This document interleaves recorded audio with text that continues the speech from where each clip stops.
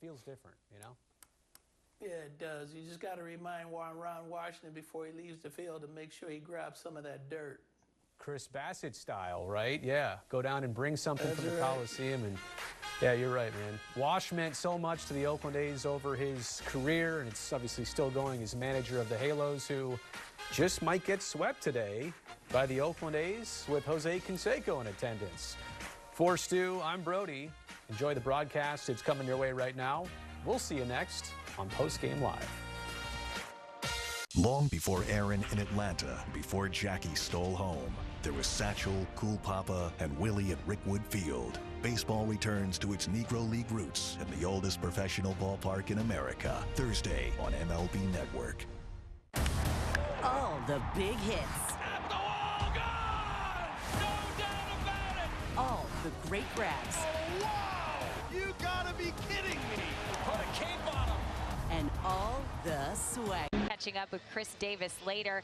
And speaking of a little mashin' and bashin', that's what these A's have been doing, not just against the Angels, Dallas, but also in the month of July, just dominating offensively. Yeah, as the summer has started to boil, so has this A's offense, Jenny. And you're talking about an entire lineup from top to bottom that is really starting to come into their own. I think the power has been on display really front and center. And there's been a couple guys in this lineup, Lawrence Butler, Brent Rooker, who have really done a dynamic job in terms of powering the baseball out of the yard, all over the yard. And I have talked long time about Max Schumann and what he's brought to the table at the bottom of the lineup, seemingly setting the table for the rest of the boys. 7.5 runs a game, that 874 OPS high watermark in baseball in the month of July. Well, the A's have a 3-game win streak. They also have 3 consecutive times where the starters walked away with a win. Let's see if Joey Estes can do it today. The Palmdale kid grew up watching these Angels, and of course, Dallas, he's coming off that wonderful performance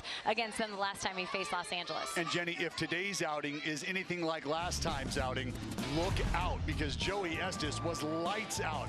The Maddox, that's right, the CG shut piece. And for Joey, it was a model of efficiency. He was ahead of hitters all afternoon.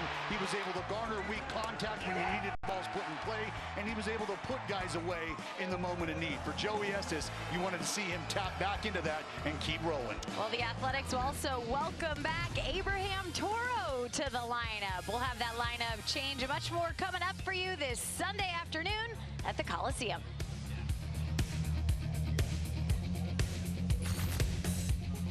A's Baseball on NBC Sports California is brought to you by Toyota, class-leading MPG, and more hybrid models than any other brand. Toyota, let's go places. And by Speedy Oil Change and Auto Service. Full service, total trust.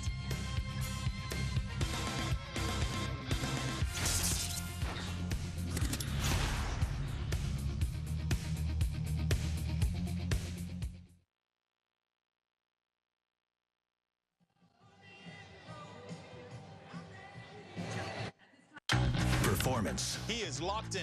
Passion. There's nobody more important than him. Teamwork. Working together is key.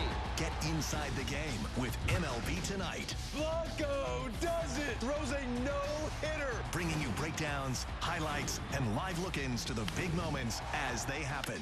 But that was the MVP of the game right there. MLB Tonight. Inside the game all season long. Boom! And how fun is this show? Only on MLB Network. The power of baseball goes beyond the field. It starts with kindness, reaching out a helping hand. Even the smallest gestures mean the world to a lot of people.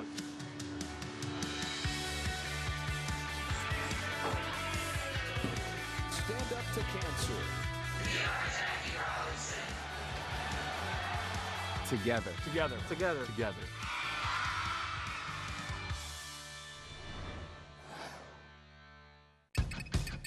We're coming in hot. Before getting on the field. Let me bring up a couple of numbers, too. Teams get hot, teams get cold. I check out off base. This guy's stuff-wise, big-time stuff. You had your pick.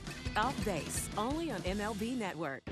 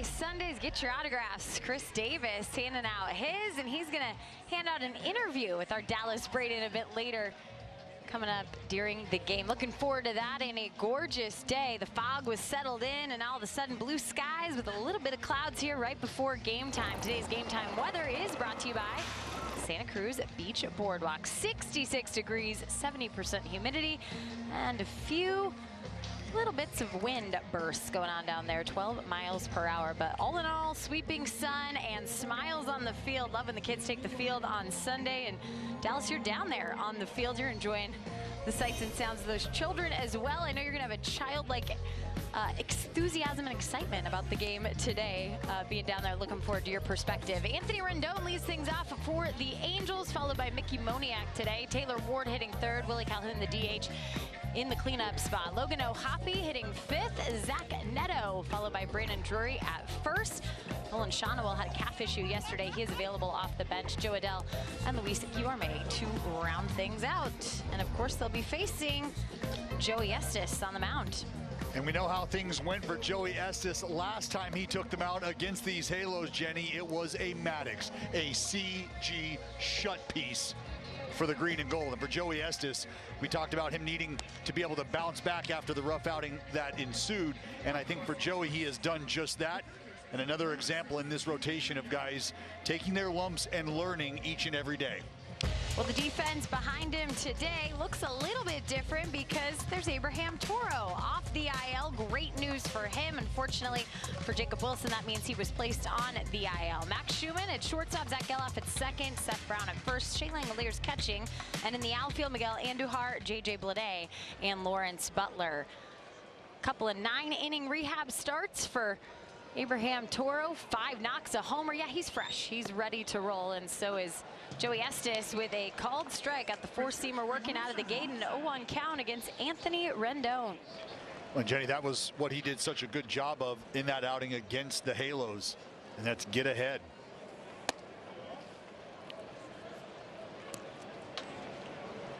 Talk about all these injuries, and fortunately for Jacob Wilson today, mentioned he has to go on the IL after just one outing, his major league start. In fact, just 3 innings. Got his first major league hit, checked some boxes, and now he's going to check that first rehab that he's going to have to go through. Fortunate for him with the hamstring. Of course, he dealt with some patella tendonitis earlier this year, so no stranger to injury in the minor league front. He'll just have to do it early in his major league career, and that ball's high, 2-2. Well, I think that, you know, is something that you try to avoid for obvious reasons. When you first come up, you try to maintain a clean bill of health. And Anthony Rendon finds the gap out in right center field. Coming in is Lawrence Butler. He'll get it in quick, and a leadoff single for Rendon, who hasn't had too many hits in just his 10th game back off the IL. Here's a look at the umpires tonight, or today I should say. Carlos Torres calling balls and strikes. Jacob Metz at first base. Ryan Willis at second, and Nate Tomlinson at third. Anything to it, Dallas, when the crew chief is the home plate umpire? No, not really. It's obviously the man who's in charge. The final decisions are going to come from. But I think it's just a matter of, you know, having a feel, as we like to talk about, some of the tendencies. If you're able to dive into those, study those, take a look at those, you get a feel for how the game's going to be called, the propensity of the zone. Joey Estes gets behind early here to Mickey Moniak. That's popped up, skied high on the infield. Abraham Toro is going to use his glove to shade the sun, and he'll catch it in fair territory, 1 out. Well, with Carlos Torres behind the plate, we're going to take a look at some of the tendencies. Carlos Torres, Jenny, believe it or not, just the 2nd ever Venezuelan umpire. Made his MLB debut back in 2015. Representation matters, as we understand. He's also got a bit of a stingy strike zone, especially when you start to the upper edge. Might be able to find a strike or two up there, but again, when you start to dive into what you're going to get from the home plate umpire, you're wanting to look for different areas, different landing spots you might be able to expose.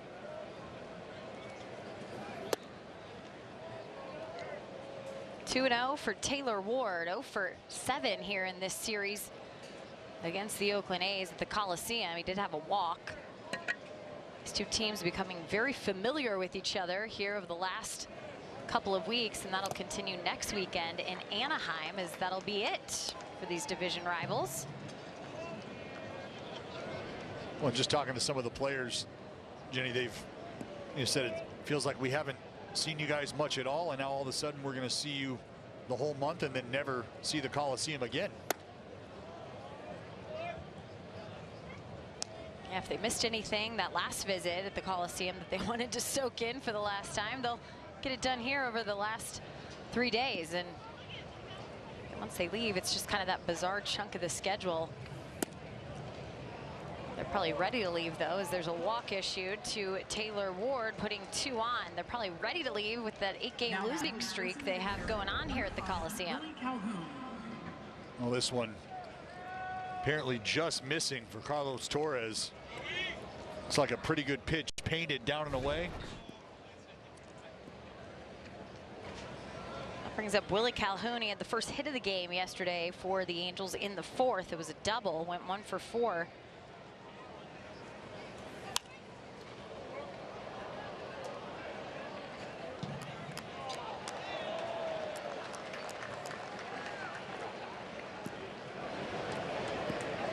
Joey Estes had to see the Angels in back-to-back outings. For him, it's kind of an emotional, exciting time at Angels Stadium, and ended up on the losing end of things with 5 2/3 of an inning there, and then bounced right back. You talked about that wonderful outing he had here, the Maddox outing, where it took just 92 pitches to get through 9 shutout innings. It's not often you see a team 3 times within 5 weeks for a starting pitcher. Well, and that's why I think when you start to look at what Estes was able to do in those back-to-back outings, and often the question arises, what's the bounce back? What's the adjustment made when you're facing a team for the second time in as many outings? And I think Joey Estes showed how important it is to just be able to pitch from a position of aggression, and that means being ahead of the hitters. So I think when you start to look at how the initial outing unfolded, 5 2/3, obviously not as deep as the complete game, but the efficiency, and that all starts with keeping your opponent essentially on the defensive in their approach.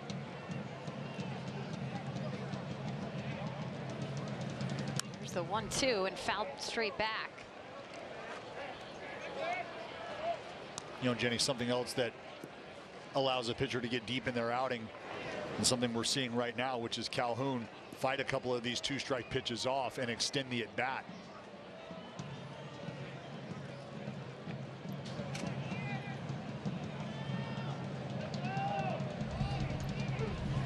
One, 2 back towards Estes, and he'll get that double play ball he was looking for. Great ending for Joey Estes. A little traffic and roll him up for the 100th double play of the season for the A's.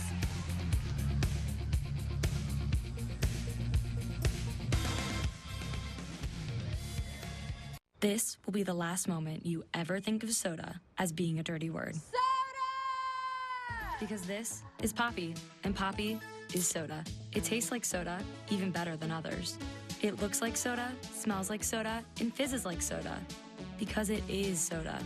It will be the soda your kids and grandkids think of when they think of soda. And that's because this soda has none of the bad stuff. Instead, it has all of the flavor. The future of soda is now, and it's called Poppy.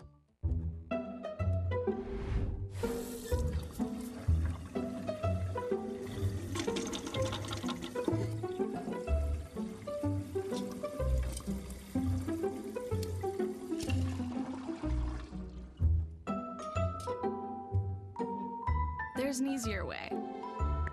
From repairs and cleaning to remodeling and more, Thumbtack makes it easy to care for your home. Download the Thumbtack app and start caring for your home today. With the Game Time app, I paid 60% less than this guy. What? And it's not just sports tickets. It's also concerts. Performances, too! Oh, come on! Download Game Time. Last-minute tickets, lowest price, guaranteed. I feel like they lose track of at least $500 a month. Maybe that's because you still use spreadsheets. Haven't you heard of Rocket Money? No, but you're probably going to cut me off and tell me about it. It's an app that automatically tracks your spending in real time, lowers your bills, and finds and cancels sneaky subscriptions. Sign me up. Stay on track with your finances and download Rocket Money today. It's hot athletics offense that we've seen here in the month of July. Lawrence Butler, a big reason as well in that leadoff spot. Miguel Andujar is hitting second today. JJ Bleday, then Brent Rooker DHing in the cleanup spot. Hitting fifth, Shea Langoliers, Abraham Toro back in the lineup off the IL today. Seth Brown, Zach Geloff, and Max Schumann. These Athletics facing Carson Fulmer. His first pitch outside, just his second start here this season, been pitching the majority out of the bullpen.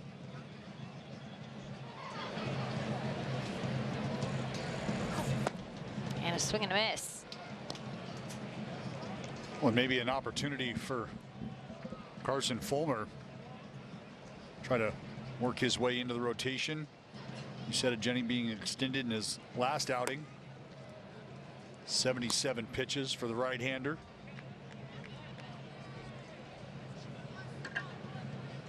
He had a hitless outing against the Seattle Mariners in 4 2/3 in that start. Well, and, you know, 4 2/3, 7 punch-outs, just 1 walk in that outing. And I think for Fulmer, you know, he's a guy who had been extended early in the season. But as O'Hoppe and Fulmer thought they may have had strike 3, I think the Halos, you know, looking for a little help in that rotation. Well, I'm sure you heard the Halos dugout a little clearer than I did up here, but there's definitely some barking going on. And on the full count, Lawrence Butler will take his walk. So a couple close pitches around the zone, and a patient Lawrence Butler finds himself on base early.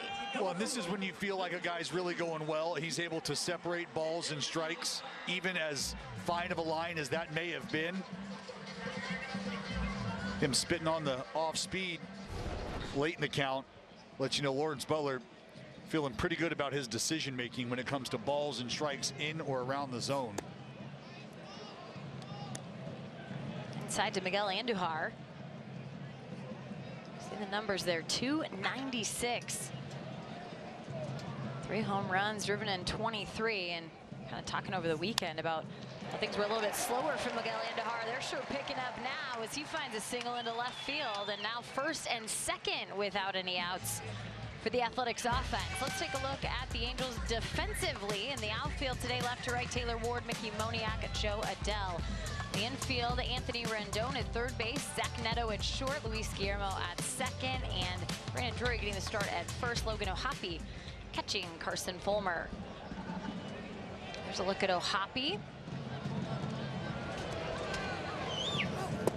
All the word around the league is he's one of the nicest catchers going on for those umpires, and I think just the way he goes about playing the game, the respect he has for the game, his opponent. When you're young, that kind of reputation goes a long way.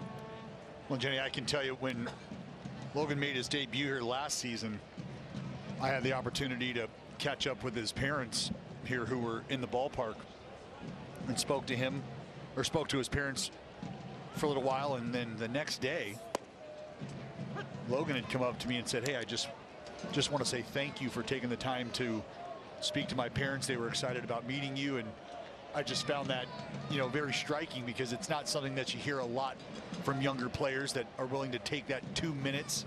Right. Especially out of their routines. Ground ball to first. Rory will step on first, and JJ Bleday makes the first out. Runners move up to second and third. Well, it's time now for your Ford Play of the Day, brought to you by your California Ford dealers. And I've been screaming it from the mountaintops. Let Rook cook. Brent Rooker this season against the Halos has been doing just that. Been almost 500, 4 home runs under his belt.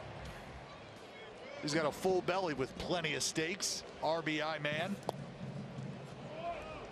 Ball in front of O'Hoppe. And 1-0 now to Rooker. I just want to make sure you said he's hitting close to 500. Yeah. Come on. It's not like it's, you know, a couple games into the month of July here. No, I mean, and it's a guy like Brent Rooker hitting close to 500 in this month. In the air, a flare towards right field, and in foul territory. Drury picked it up a bit, but can't get there. And you know, you start to look at guys up and down the lineup, Brent Rooker, and we're talking about the success he's had, but then you think about the entire lineup collectively. As a group, over the last 5 games, this team is hitting over 500 in the most pivotal positions, runners in scoring position. We need a big knock. They've answered the bell. Swing and a miss from Rook. Sweeper's been featured a bit more for Fulmer. Again, hard to tell in terms of what his arsenal really is going to be, an expanded variety since this is just his second start of the season.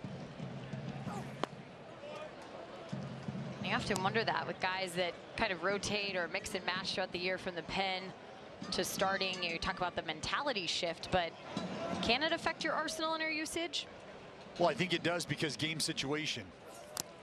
Game situation impacts pitch selection.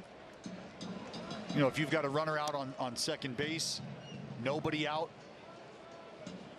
maybe you're down, you're probably thinking about trying to keep him at second base. So you're looking for the strikeout. So you might start the at-bat just a bit differently. You know, as opposed to where, Jenny, if you find yourself in a situation where you might be able to get 2 outs with 1 pitch, yet there is a guy in scoring position, pitch selection could be a little different. Instead of aiming for the strikeout, you're trying to pitch to contact and get that double play ball. Here's the payoff pitch for Rooker, and he went around. Strikeout for Fulmer, and 2 gone. When Fulmer wins this battle here, breaking ball, little slurve action to it, really. Kind of that in between the sweeper and the conventional slider. Brings up Shea Langoliers, and he offers at the first pitch. Sweeper got him on a swing and miss. Talk about the amount of runs that this team has been able to score. They have outscored their opponents now in this 3-game win streak by 31 runs. Averaging 7.5 runs each game in July. Well, this A's offense, Jenny, has generated more runs than a chili cook-off, and you love to see that. Not sure what chili cook-offs you're going to. Here's the 0-2 and strike 3.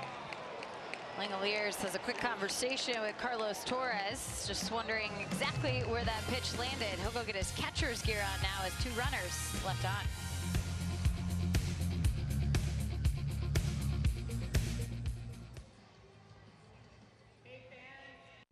Best club on the market. They're so forgiving. It's just so cool. My favorite club is the Black Ops Driver. It's a cannon. I mean, wow.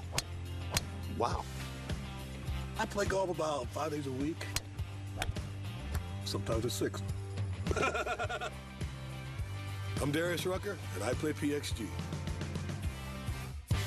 PXG, nobody makes golf clubs the way we do, period. Managing my credit card debt was overwhelming, and it just wasn't a good place to be. My name is Carter, and Upstart helped me get rid of that credit card debt with a personal loan. Checking my rate with Upstart was super quick, super easy. It took me a few minutes to get my pre-approval and to get my interest rate. I got my money the next day. To just have one due date a month and only paying one person made my life a lot easier. Super easy to the point that I referred my friends to come and get a loan with Upstart. Easy online borrowing. Personal loans up to $50,000. Go to upstart.com. Hims was made for guys who want to see results. Whether it's for hair loss, weight loss, ED, or mental health. Get quality care from licensed providers 100% online and join the millions of guys who use Hims. Find the treatment that works for you. Get started today at hims.com. Basketball fans from all over the United States have won over $1 billion. Visit UnderdogFantasy.com and sign up with promo code POSTER to claim your player's special and deposit offer. Underdog Fantasy, calling all dogs. Contagious contact. We've been talking about what this offense has been able to do for the Athletics. And what you want to see is them just continue to pass the baton, let that contact we're seeing, even with the power, just become contagious up and down the lineup. And then secondly, Jenny, you're a parent. I'm a parent. It's time for chores. We've got 2 out of the way. 1 more. Grab your broom. Time to get some sweeping done. Love it. Sweeping on a Sunday is always a good feeling, especially on a baseball field, and these Athletics experienced that earlier this year against these Angels. And isn't that how it usually happens? Sweeping on a Sunday. Yeah. Some good classic rock going in the background. Yeah, that cleaning mix. A little AC/DC in there, I don't know. Well, I was going to go Bob Seger, a little Hollywood Nights. It'll get you going. Nothing says cleaning the air vents like Hollywood Nights. Swing and a miss. And Joey Estes with his first strikeout. Logan O'Hoppe goes down. When Joey Estes, Jenny, in my opinion, I think we're really starting to watch him garner a feel for how to pitch with this breaking ball on a different level. You don't see a ton of change-ups from Joey Estes, but what you do see is a feel for being able to, at times, bounce the breaking ball, and then at times feature the breaking ball with depth for strikes. And that's a feel, and that's learning to pitch with that pitch as opposed to just throwing that pitch at certain times.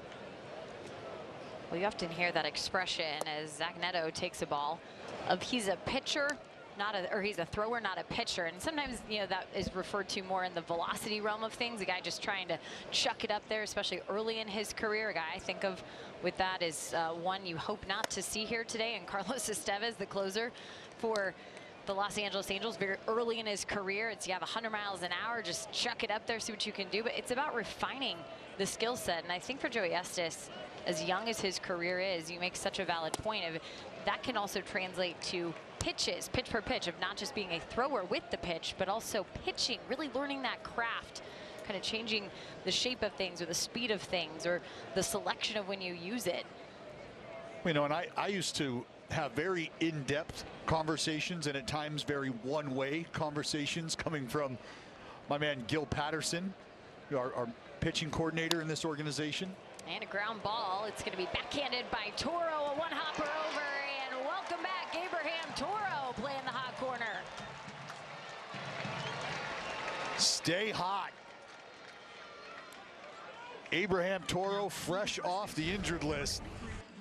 Back over at the hot corner, little backhand, 2-3 steps into foul territory, and something we've seen from Abraham Toro very wisely, using the grass, using the turf, giving Brownie that big long hop. Joey Estes very appreciative of the effort. And it's not like Zach Neto's slow by any means. Grounder, chance for Schumann, but he's going to let it roll into the outfield, and a hit with 2 outs for Brandon Drury.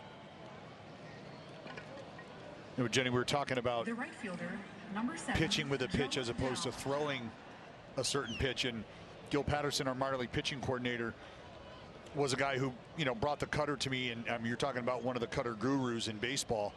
And I explained to him, I don't want to just throw this pitch. I want to learn how to pitch with this pitch. And from there, I think you can watch a guy's eyes light up. Joe Adell pops it up. Toro pointing up, shading. Schumann finds it and grabs it. Sun hard to fight on a day game, but the infield gets the job done. Scoreless, middle of 2.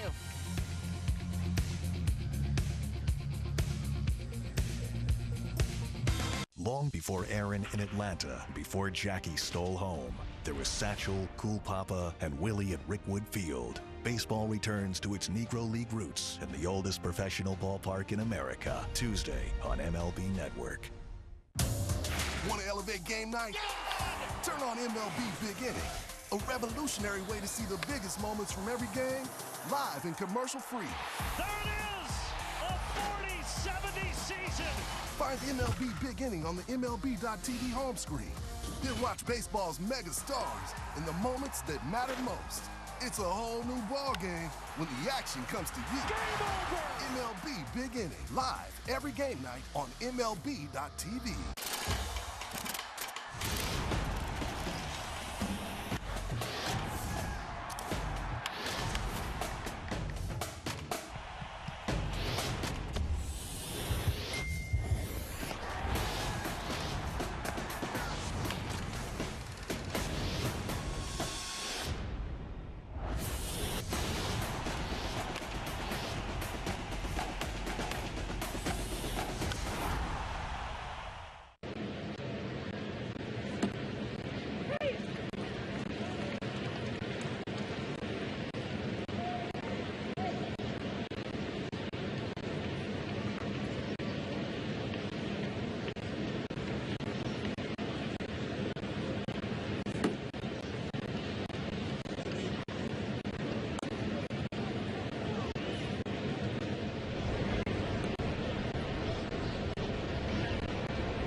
Jacob Wilson officially placed on the 10-day IL with that hamstring strain that he experienced in his major league debut, and that brings back Abraham Toro for his first plate appearance here since the month of June. Went on the IL with a hamstring strain, ironically enough, so entered the IL list on June 22nd. Good to see his rehab go so well.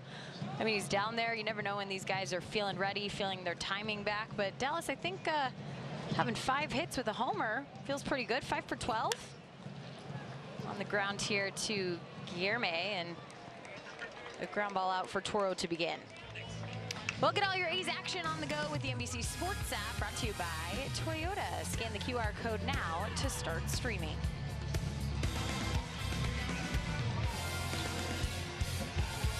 Beautiful look on this Sunday afternoon. Back here at the ballpark, Seth Brown up with 1 out. Carson Fulmer continuing to work. Oh, Jenny, coming into the ballpark this morning, throwing a bit of a curveball, my Mother Nature in the valley.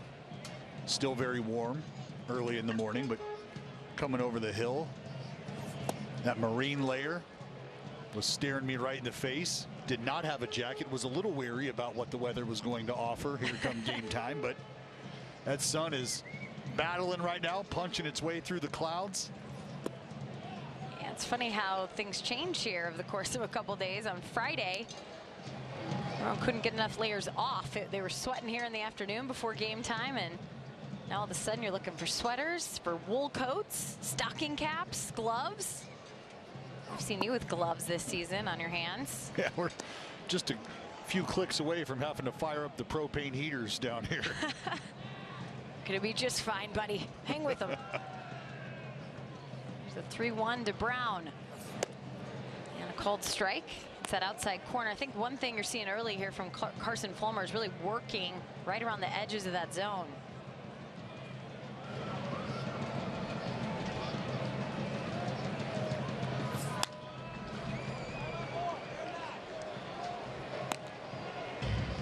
Well, for a guy like Carson Fulmer right now, trying to take advantage of his second starting opportunity, coming out of the bullpen, you understand you have to stay out of the middle of the strike zone. Typically come into the ball game in a leverage situation, maybe later in the game. Brown took his time out, and Ohapi had to like give the full stop sign to Fulmer. Do not throw. It's hard for a pitcher on those late calls sometimes. Hard for a batter in the same respect when you get a late time call on the defensive side.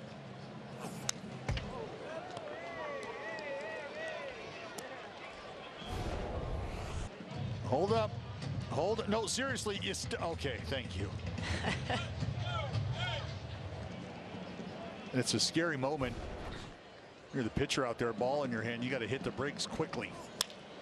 On the ground for Seth Brown to the right side, and Drury will flip it over to Fulmer. 2 ground ball outs, leading the way for Zach Geloff. 2 Dallas with the pitch clock, something you didn't have to deal with in your career. There's almost a different eye level for some of these pitchers, what they're looking at. Sometimes off in the corner, they're kind of counting down those seconds to wait till the very last possible second to fire, and you're not always locked in what the batter's doing or the catcher's doing right before delivery. Well, it's another variable, if I'm being honest, I think I would have really liked to experiment with, because it's a strategic point that the hitters are trying to take advantage of. Geloff ground ball. Zach Neto across the diamond. A quick 1-2-3 on the ground for Carson Fulmer. We remain scoreless after 2.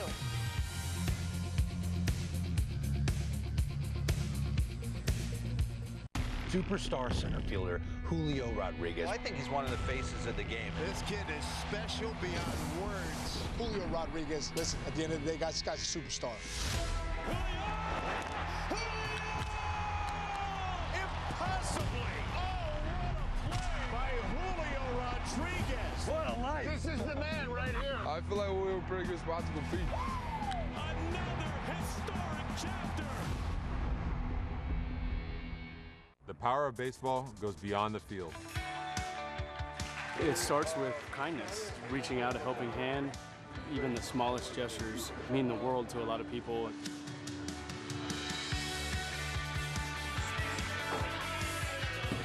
Stand up to cancer. Together. Together. Together. Together.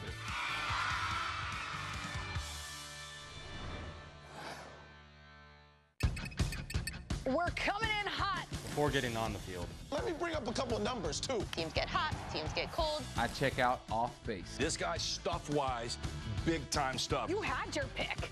Off base, only on MLB Network.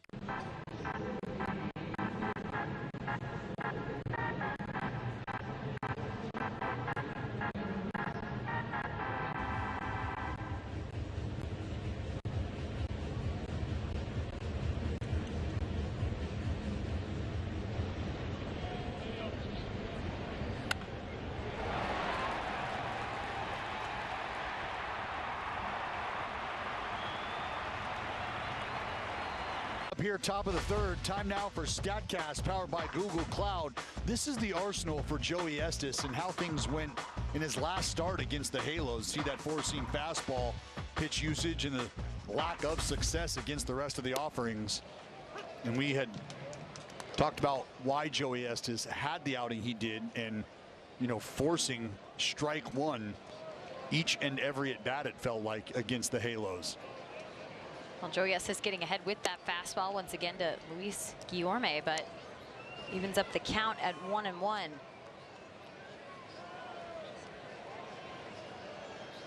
I'm surprised we're seeing heavy fastball usage here so far in the outing. That's lifted out towards right field, and it'll go foul.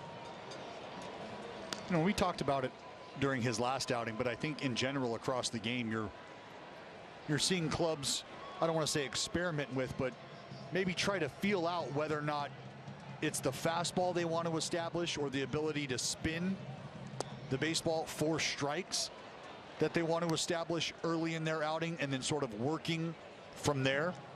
But I think one of the pillars, one of the foundations of success on the mound has long been to try to establish strike one. Attack early, and right there finding a hole in the third base side. Guillorme sends one to left field, and he took a very hefty round of first, if you will. He heads back, and a leadoff single.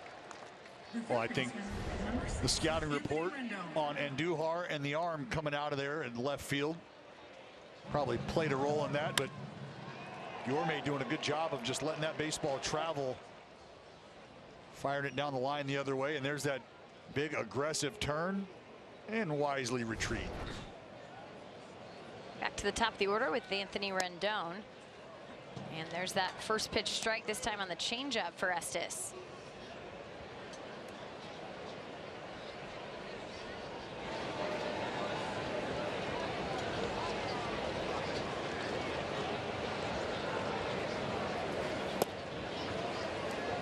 Oh.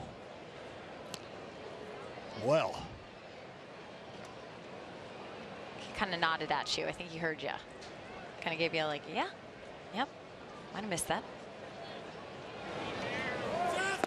Taking off, Guillorme heading to second. The throw wide, but oh man, a safe call. Looked like the tag might have got down. You just saw Zach Geloff point to his eyes, one in the dugout, to take a check. So their hand is up. Well, I think, Jenny, what you're going to look at is if Zach Geloff got the tag down initially. Looks like they are going to take a look, and it's whether or not the foot of Guillorme was on second base prior to this initial attempt from Geloff. Oakland is challenging the call of safe at second base. Guillorme toast at second. You're going to watch the glove of Geloff hit him right in the armpit right before that left foot hits the bag. Boom, tag applied, then the tiptoe of Guillorme in contact with second base. And you can see as that foot starts to come into second base, toes are up. So as those toes start to come down towards the bag, right before they hit the bag, the tag is applied. And right now it's just going to be a matter of whether New York is seeing this through the same lens I am. Just waiting for that official word to come in. There's a great look in New York, and well, there they are, center huddled around the TV. After review, the call on the field is overturned. The runner is out. Oakland retains their challenge. Told ya. There's the call. So the Cod stealing goes 2-4. And nice to see the out. So the base is empty now as the work continues for Joey Estes against Anthony Rendon. Great catch and throw effort from Langoliers. Were you surprised at that situation that Guillorme took off? Well, there's a nice catch by Lawrence Butler in the outfield, and 2 gone. Well, and Jenny, very well could be a matter of a missed signal and or a mixed signal. Oh, might have been a matter of Juan Washington thinking about trying to put the game in motion and not everybody being on the same page. Don't know that Guillorme is a guy that is looking to pick up 90 feet with regularity.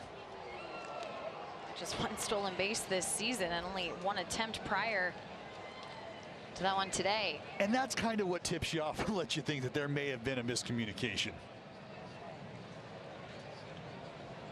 Here comes the 0-1 to Mickey Moniak. It's outside.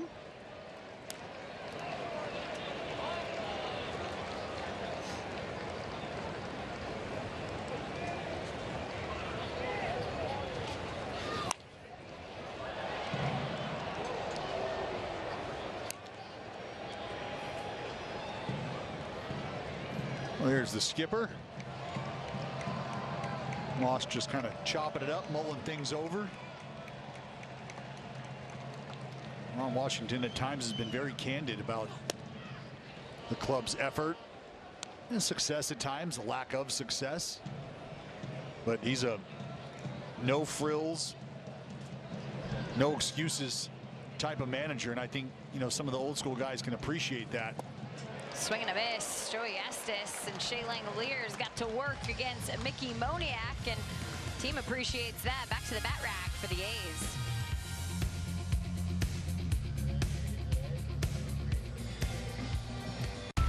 Corey Seager, all eyes on him. He's ready to go. He's aggressive. Here's a dude that swings 52% of the time on first pitches. Corey Seager smashes a ball. The ability to be able to come together and compete every night, you know, that's what it's all about at this point for me. Corey Seager does it again. This guy is doing it all. He's hitting bombs all the time.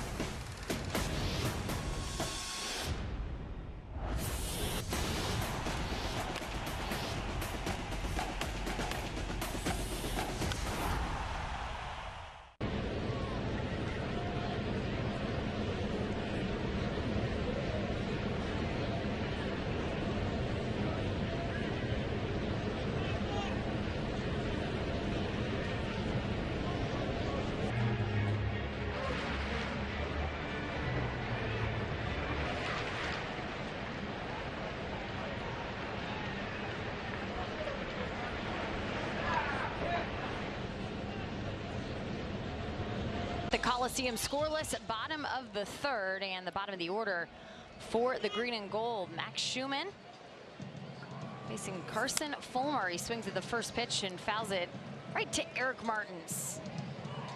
Played by the 3rd base coach for Oakland. Well, Schumann on a tear, Dallas. We've talked so much and highlighted how great he's been in terms of lengthening this lineup, being able to flip it over, but kind of zero in, and I know you like to do this on just kind of a chunk of games. Let's take the last 3 games. 3-game hit streak for him. Batting .395 with 15 runs scored and 8 walks here in the month of July, if you want to expand it out even more.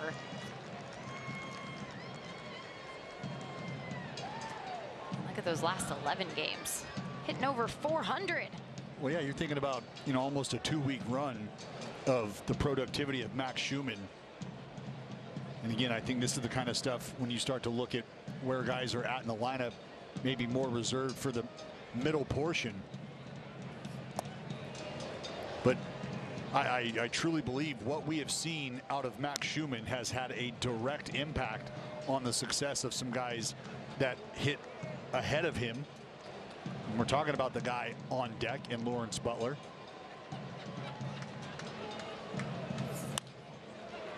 That's fouled back. You know, I think there's just something to guys who, when they find themselves in certain positions consistently, and that's, you know, with guys on base and holes open or guys in scoring position, feels like they're ready to rise to the challenge. Now full count. You know, I mean, if you're Lawrence Butler, how do you not, or how do you watch this at bat here from Max Schumann, and should he find his way on base, how do you not want to figure out a way to get him into scoring position at least? And then you just saw Miguel Andujar. It's like pass the baton, but unfortunately strike 3 called on the fastball. Now back, the right fielder, number 4, Lawrence Butler. Well, you can see that pitch well below the strike zone. And again, the tough part for Max Schumann is the at-bats and the discipline have told him you're making the right decisions. So in an instance like that, it's almost just a hang with him. Look at these last 8 games for Lawrence Butler. I mean, you want to talk about kind of zoning in. Zone 4, he's matching it, right? Well, again, the RBI, 18 RBI for Lawrence Butler. You need guys on base ahead of him. Well, if he's the leadoff guy, who's that? It's Max Schumann. I think, too, you mentioned it, his first plate appearance, we saw a walk from him, and being able to lay off certain pitches, being able to know your approach, know exactly what you're looking for, and just having that confidence in your numbers. That if you get it, you're going to attack it. And for Lawrence Butler, sending this out towards left field. There it is. Extra bases coming for Lawrence Butler. That'll bounce off the wall. Taylor Ward will throw it in. And a double with 1 out here in the 3rd for Lawrence Butler. Great job from the Law Dog. Fastball starting to work its way away from the left-hander. You see Lawrence really just kind of hitting this ball off his belly button. Let it travel, let it get deep. That's a dub sack for the Law Dog. That'll bring up Miguel Andujar, and these two worked in tandem yesterday. Butler and Andujar both 3-hit games combined. 6 for 8 with 4 RBI at the top of the order.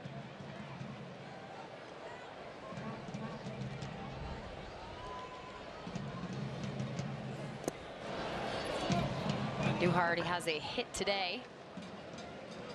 Now looking to continue those great team numbers with runners in scoring position here this month. Well, you know, credit to O'Hoppe right there on that block. For him to be able to get a glove on that and keep that ball in front. Out towards center field. High and towards the warning track. Get a catch made by Mickey Moniak, and Lawrence Butler will move up to 3rd. Well, and the reason that that block from O'Hoppe was so important is for that reason right there. Andujar, a guy who can get a job done, trying to get the ball out to the big part of the yard. So with a runner on 3rd base, that's a sac fly, but the defensive prowess from O'Hoppe behind the dish. Bring up the battle of the Vandy boys. Carson Fulmer, a bit older than J.J. Bleday. Attending Vanderbilt. For Fulmer, a 1st-round pick. Number 8 overall to the White Sox back in 2015.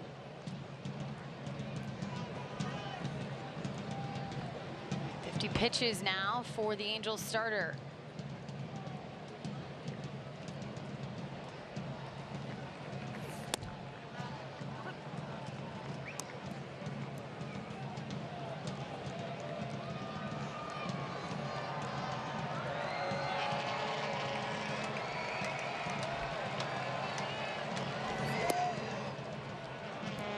3-1.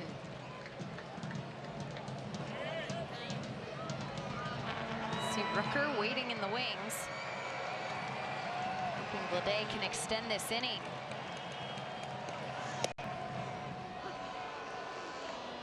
I think Brent Rooker looking for a little revenge.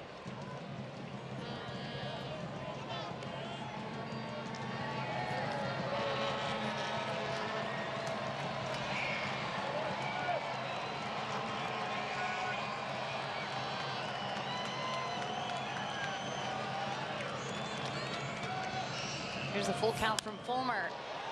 Blade towards left field. It's carrying into foul territory, and he'll go into the seats. Close to the seats. You got to go fight for that one, kids. What do you think about this technique? It's going to work. That's what I think. The elbow to his friend's face while he uses his hat. I like it. Little box out. Good work.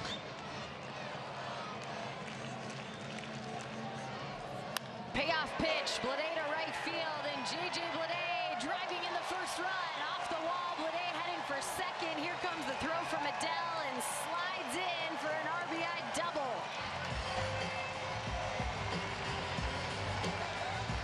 .28 of those on the season, and a 1-0 Oakland A's lead. And how about J.J. Blade going downstairs, just scooping this breaking ball up from out around that back foot, hooking it down the line. I mean, this is just a few feet away from a homer off the bat of J.J. Blade. Adele plays it cleanly off the wall, but Blade hustling out of the box and from the left side with a big 2-out dub sack. An RBI double for J.J. Blade, baby. 28, as I mentioned, doubles. That's tied with Jarren Duran now for the lead in the American League. 5 doubles in his last 4 games. We mentioned his struggles, right? Kind of that offensive slump that he had been going through after getting moved to the top of the order. And he has settled nicely into this 3-hole that he got moved down when Lawrence Butler's bat got hot.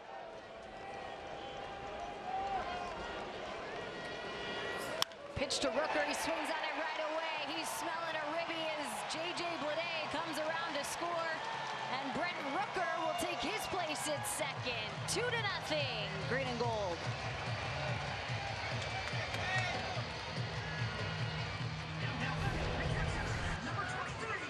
How about the 2-out knocks, 2-out ribbies? And back to back. Brent Rooker just getting a little mixer of a slider, it looked like.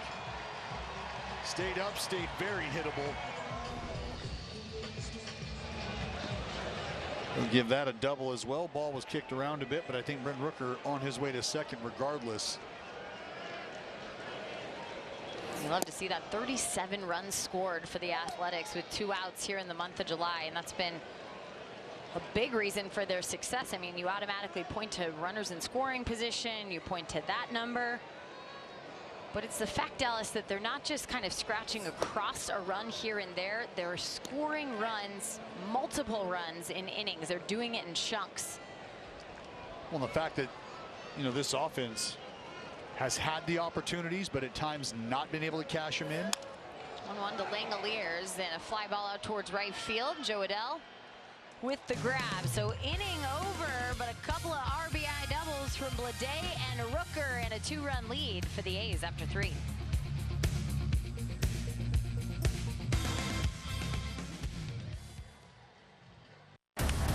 All the big hits. At the wall, gone! No doubt about it! All the great grabs. Oh, wow! You gotta be kidding me! Put a cape on him! And all the swagger. And he does it in grand fashion! Relive the day's biggest plays all in one lightning-fast hour. Oh, my goodness! What a show! You better believe it! Quick Pitch. Late nights and early mornings, only on MLB Network. Long before Aaron in Atlanta, before Jackie stole home, there was Satchel, Cool Papa, and Willie at Rickwood Field. Baseball returns to its Negro League roots in the oldest professional ballpark in America. Thursday on MLB Network.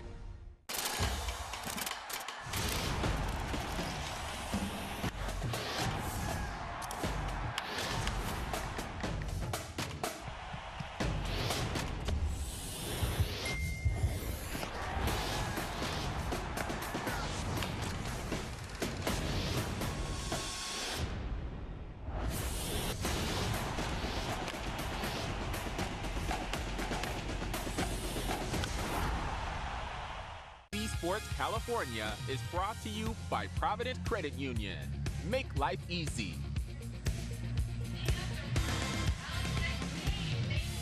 Well, a big welcome to the Hall of Fame class of 2024. Today, Adrian Beltre, Todd Helton, Joe Mauer, and Jim Leyland all going into Cooperstown. They will forever be in amongst the baseball's greatest. It was so cool, Dallas. We got to listen to the speeches earlier today. I know for me, it's so special to watch Todd Helton go in. It's a guy that I grew up as a kid watching. I got to cover the end of his career for Mark Kotze. He was very excited for Jim Leyland, and he said, you know, to play for a guy as a rookie like Jim Leyland, to have him as your manager, and today get to celebrate that the rest of baseball is celebrating his contribution to the game that will forever be marked in the Hall of Fame. And really that class has touched a lot of different people down here, as Joey Estes throws the first pitch to Taylor Ward. Ron Washington, who you were mentioning, and just kind of who he is as a manager.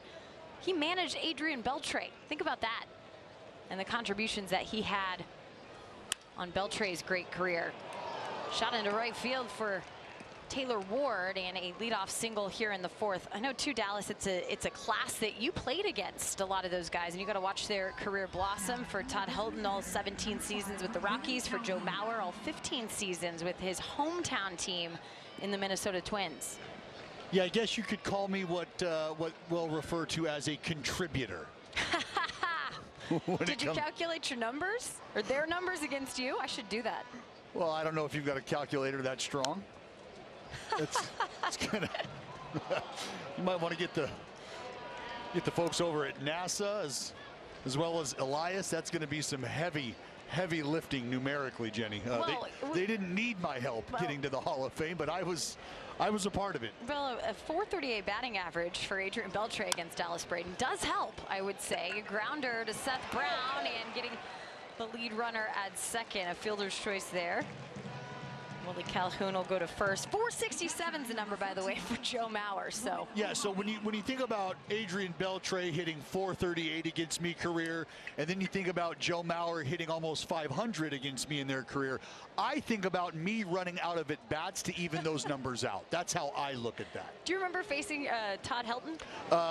No, because I don't believe that happened. It happened twice. He hit 500. Oh, okay, 500 for Todd. Quick math. All right. Oh, that's great. But you know, I've said this about Joe Mauer, and I'll say it till I'm blue in the face. You know, left-on-left matchups, one of the toughest, and it's not necessarily because you were worried about the power potential, as O'Hoppe ends up wearing one off the forearm here. But what you were worried about or concerned with is Joe Mauer's ability to take what the game was giving him in that moment and then capitalize to the benefit of himself and his team. See O'Hoppe right off that back forearm on the check swing there. But left on left, to try to open up the outside part of the plate, you typically got to do a little work on the inside part of the plate. That means running a fastball maybe in under the hands, in off the plate. And for Joe Mauer, it was a fastball down the middle for him. He could get inside that ball. He could pepper it the other way. And just a very, very special talent, bat to ball skill out of this world. Zach Neto watches a strike, and after that hit by pitch to Logan O'Hoppe, that's the sixth hit batsman for Joey Estes this season. I think when you think about that class too, Dallas, it really came without controversy. You know, the last 10 years we've seen a lot of that in the Hall of Fame and voting, and maybe for Todd Helton in terms of, you know, numbers at Coors Field, and a lot of people had that argument against him. But Larry Walker getting in a couple of years ago kind of opened that beltway for him to live in Cooperstown. But I think you talk about Hall of Fame people in the game too, so well respected amongst their peers, not only for what they did on the field, but their contributions in the community off the field for all three of them in terms of the players. 0-2 to Neto, pop back. Well, Jenny, something I have said for a long time when it comes to a guy like Todd Helton is, okay, so give me the away numbers. Right. Give me the away numbers, and I will take Todd Helton's career. There's no doubt what that man was capable of away from Coors Field. The fact that he played in Coors Field sure may have helped, Bounce out towards center field. Shallow enough that Zach Geloff thought he could get there. Tried to deke, and bases will be loaded as Willie Calhoun's at third now. Ohapi moves to second, and Neto with his first knock of the day.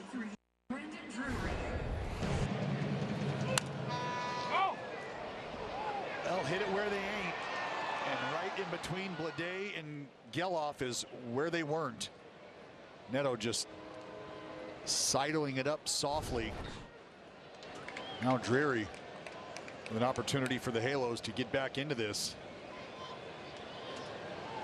One out here, and that'll have Shea Langoliers call a timeout to go talk things over with Joey Estes. Well, as much as we've talked about what the A's have been able to do offensively in moments like this with runners in scoring position, on the flip side of that coin, this is where you want to see Joey Estes and the rest of this defense bear down here, and that's what this conversation is about from Shea Langoliers.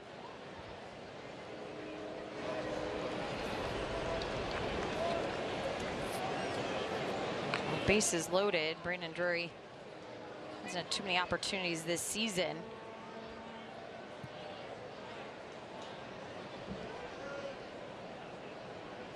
Now stepping into it here in the top of the fourth. Swings at the first pitch, and it's going to be a foul ball. Close down the third base line.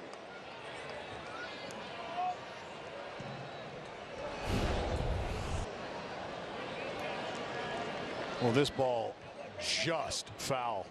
I mean, there's a chance that hop ends up a little farther down the line. May have that ball crossing just the corner of the bag, and that could have been trouble.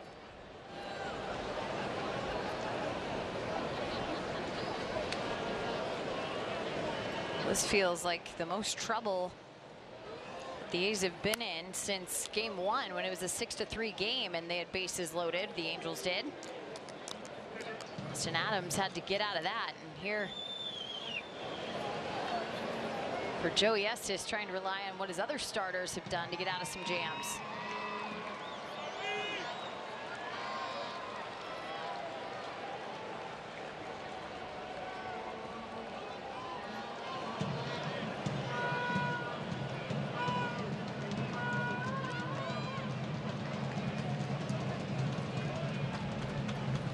The 0-2 popped up. Will it stay in the field of play? Seth Brown getting there, but just barely missing. Well, Jenny, it would have been an interesting play because Calhoun over here at third base, very, very attentive on whether or not Seth Brown was going to come up with that play. He was looking to tag.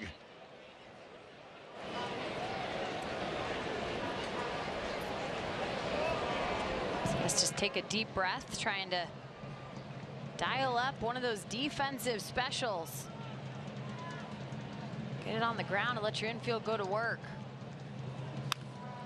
That's on the ground and foul up the third baseline once again.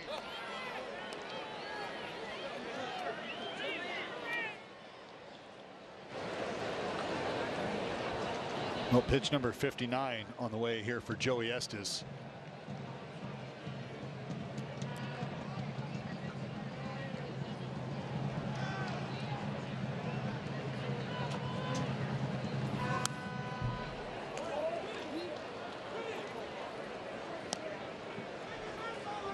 You've seen the repertoire. Slider, fastball, sweeper, sweeper, fastball.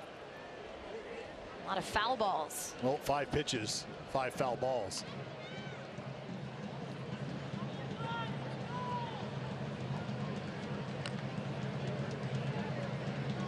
See where Joey goes on the 0-2 again. Same results off the sweeper. You know, this is where, you know, having a pitch that you have enough confidence in to show here, just to give you a different look, to maybe get the hitter off of what you're featuring velocity wise and movement wise.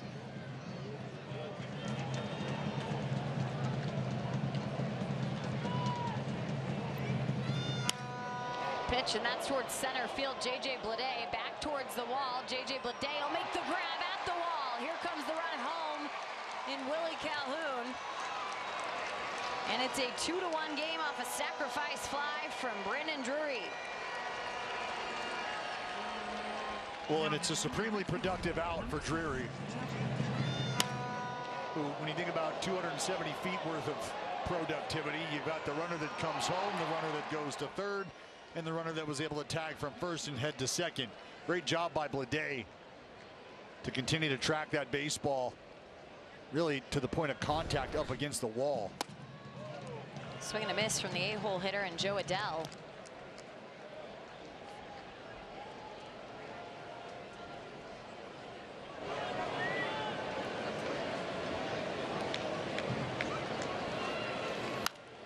Lead for the A's cut in half.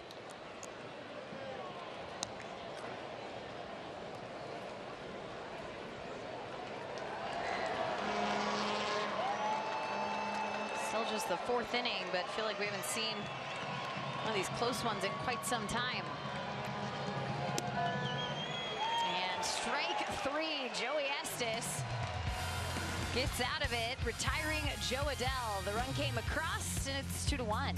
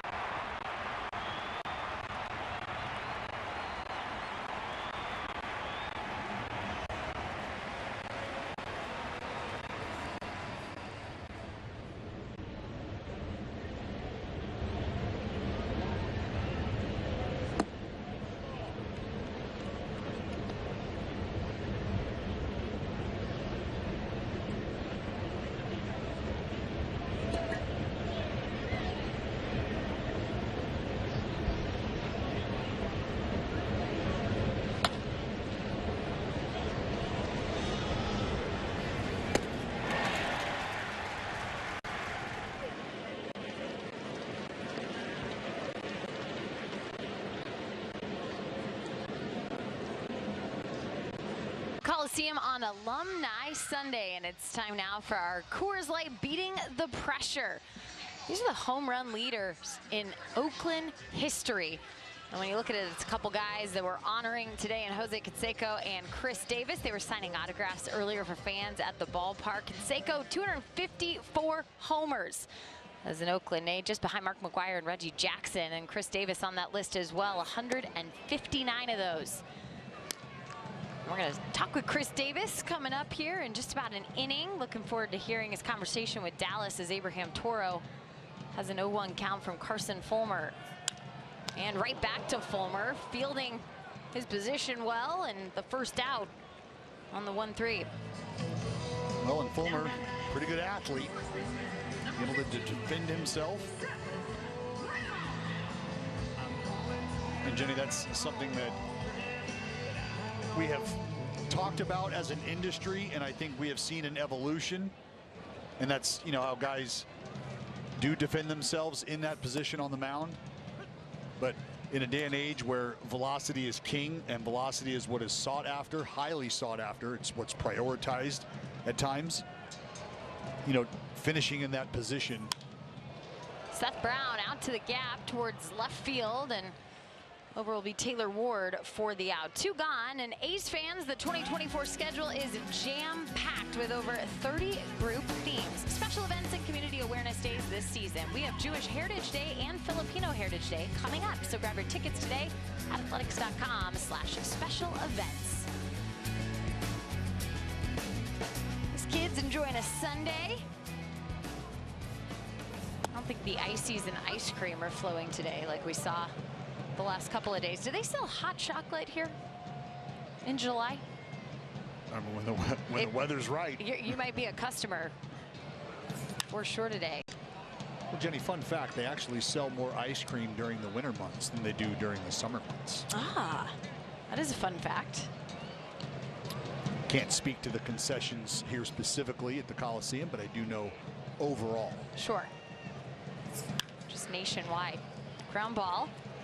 And Neto on over to Drury. 3 up, 3 down as Carson Fulmer continues to be efficient. 2-1 Athletics after 4.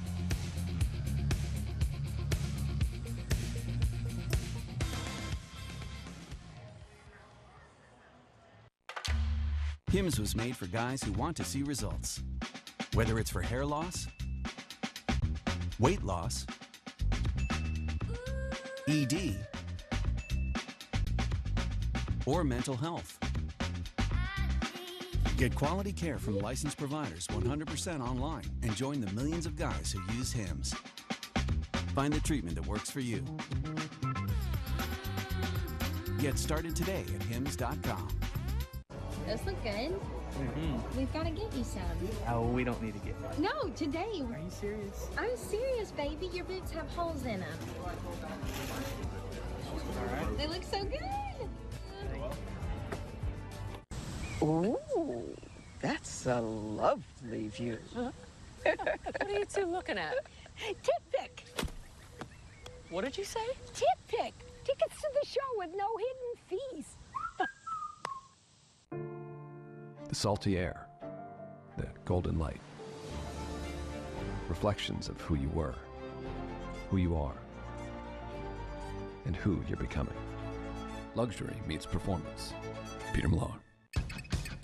We're coming in hot. Before getting on the field. Let me bring up a couple of numbers, too. Teams get hot, teams get cold. I check out off base. This guy, stuff-wise, big-time stuff. You had your pick. Off Base, only on MLB Network.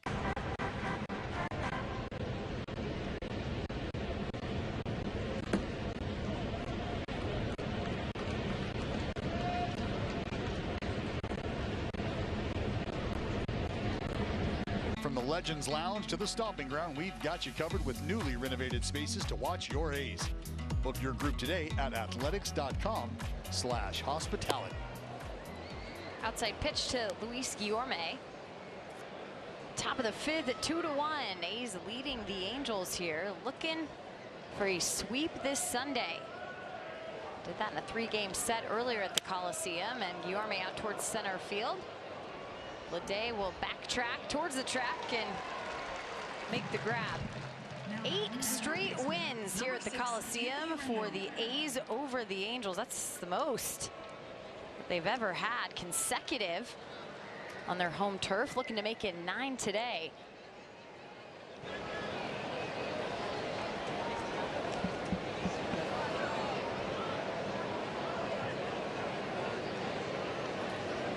Brings up the top of the order, and Anthony Rendon with 1 gone.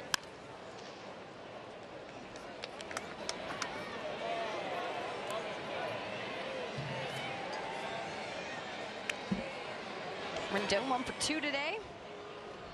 6 for 33 now in his 10 games since his return off the IL from a hamstring strain. Something Abraham Toro just returned from as well for the Athletics, and we saw Jacob Wilson end up on the IL for his lower body injuries kind of kicking into full gear, unfortunately. Well, funny how the game works, huh? Yeah, it is. Well, Jenny, I'm not sure if you could overhear the rumblings that were going on here. Folks starting to scream, point, grab.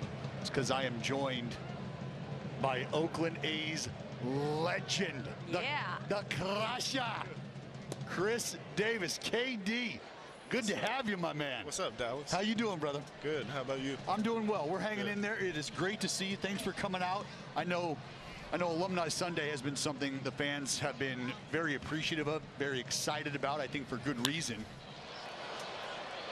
Leday will head back and make it 2 straight outs for him. But it's It's because they get the opportunity to say hello again, how you doing again, check up, and I think just show their appreciation for the players who have come and gone and worn the uniform. And you, my friend, you hold a very special place in the hearts of many, many Oakland A's faithful. So just initially, how's it feel to be back, man? It's good to see you. Oh, it feels great. Like you said, there's a lot of tradition here. And just to be recognized, hear my name called, it's special. These fans are so authentic. You know, they love the game of baseball and they love their Oakland A's. You know, I feel at home. Well, you are at home, my friend, and it's great to see you. And I think it's for that reason, as we see Moniak round the bases. Boo. I'm with you. It's like it was just a little change piece here that he was able to drop the head on. KD, like we have seen you do so many times wearing the green and gold, but you're right. The authenticity that comes with the fans, I think, has really shown through, especially on these Alumni Sundays. When you got the call and you were asked to come back, what were some of the things that you started to think of, or what were some of the emotions that maybe started to surface when that phone call came? There was just so many good times here in Oakland. You know, I had my first son here. I played my best baseball here. Just so many, the city's been so good to me.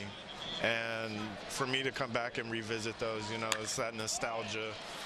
And I'm happy to be here. Well, I got to tell you, man, we get a lot of messages. We get a lot of folks reaching out who have great ideas in how we can reincorporate players from yesteryear. And when your name hit the list and fans knew that they were going to have an opportunity to come out and see KD, come out and grab your autograph again and just say hello, I can tell you my phone started to blow up. They wanted to know, is he going to be sitting down with you? Are we going to be able to talk to him? And so I'm glad, or I at least hope, that you feel that love from the fans, because from afar, from my perspective, it was really nice to see their eyes light up and hear the excitement in their voice when they knew they were about to get some KD time. So it's great to hear that from your perspective as well. Willie Calhoun with 2 outs here, tied game 2-2. Now, has the family been out with you? Is this a solo mission? No, I came out with my wife. Yeah, it was just a quick getaway weekend, so we left the boys at home with my mom, and me and my wife got a chance to do a little date night. Nice. In Oakland, just like old times, and it was nice. You know, it's 30 degrees cooler here than in Arizona. And that matters. Yeah, I was a little bit chilly, but it feels good. Yeah, it's nice to be back. Well, we had a great opportunity to catch up with you in spring training this year, which was awesome. Got to see you and the family. You brought them out to the ballpark, and again, a lot of faces lit up, you know, in the clubhouse and really around the stadium when they saw you there. And we'll get to some of the plans that you have a little later here in Chapter 2, because you, my friend, have done a lot of great work for yourself on the diamond, which has allowed you to explore life and some of the adventures you have waiting outside of the diamond. How nice has it been able to just get back to being a dad? It's great, just to see their faces. It's a lot of joy. You know, I get to take them to school every day, and you know, just be with them, just be with them. And yeah, I've been doing a little bit of car work too. You know, just a person outside of baseball. Life is bigger about baseball, and yeah, it's been fun.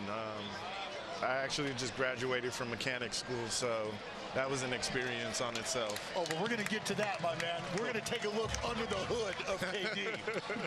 Love that. More with Chris Davis coming up back at the Coliseum. Tied at 2.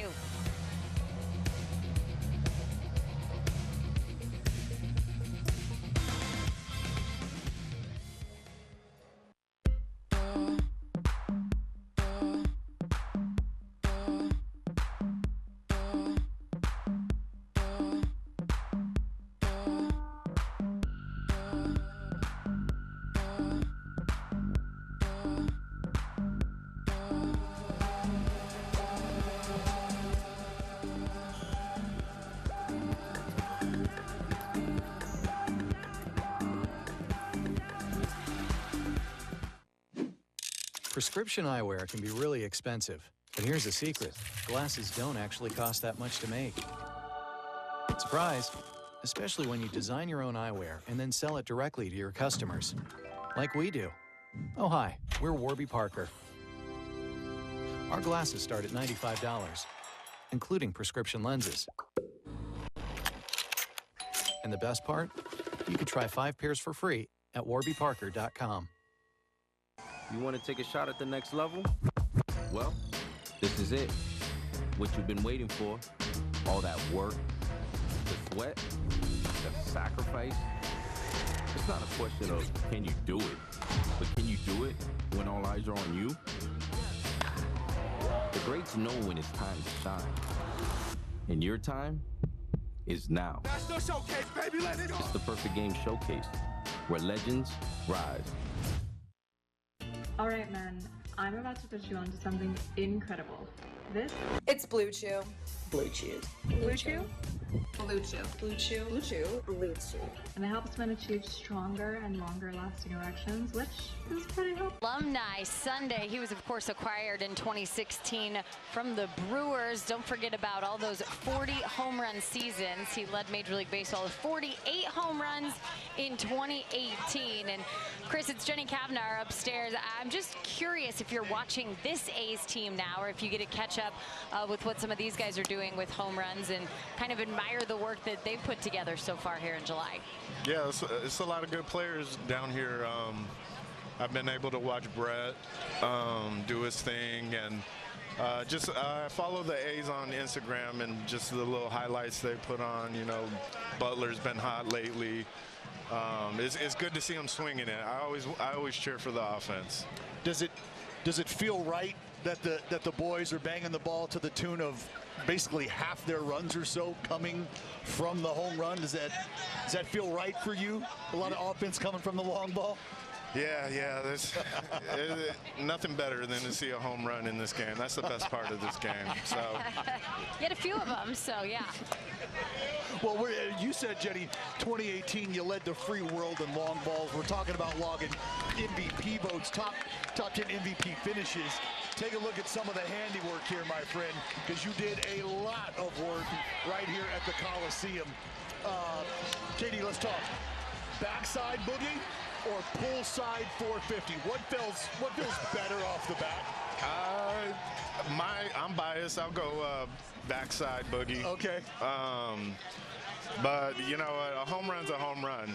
You know, they all feel the same. Yes. As long as it goes over and you get to touch that plate, it felt the same, honestly. Well, off your barrel, they didn't look the same, my guy, because off your barrel, balls would take flight and then just kind of continue to take flight.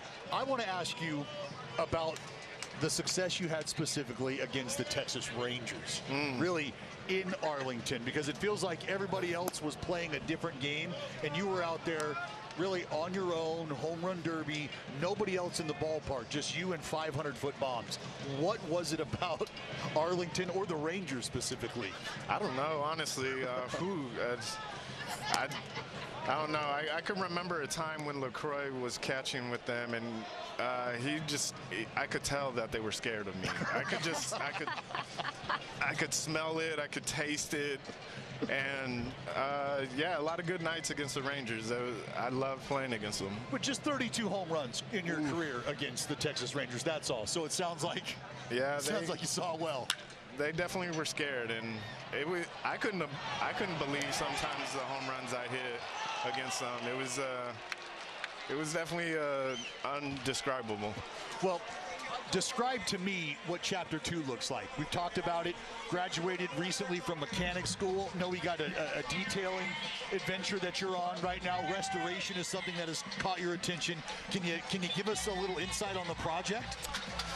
Well, it's keeping me busy. You know, a lot of guys usually hit the golf links, but me, I like to hang out in the garage. I just like to turn wrenches, and you know, it fulfills me to restore something. I got a 61 Impala. Oh, nice. I've been working on, and just American muscle. Ooh. Yeah, Miguel Andujar. Get up. Towards left field.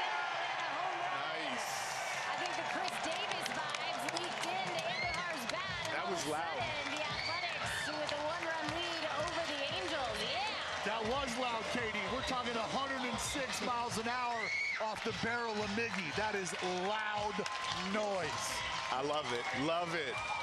I mean, you can tell right off the bat. I mean, sitting from down here, take us through this swing, Katie. What do you see?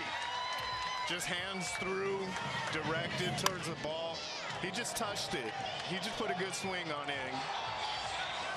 It looks like a lot of easy power. And sitting next to a dude who comes with a lot of easy power. This is what the fans have been treated to. There we go. Get us back in the lead. There you go. We'll step aside with 2 outs here in the bottom of the 5th. A pitching change as the A's are up 3-2. We'll be back with Chris Davis.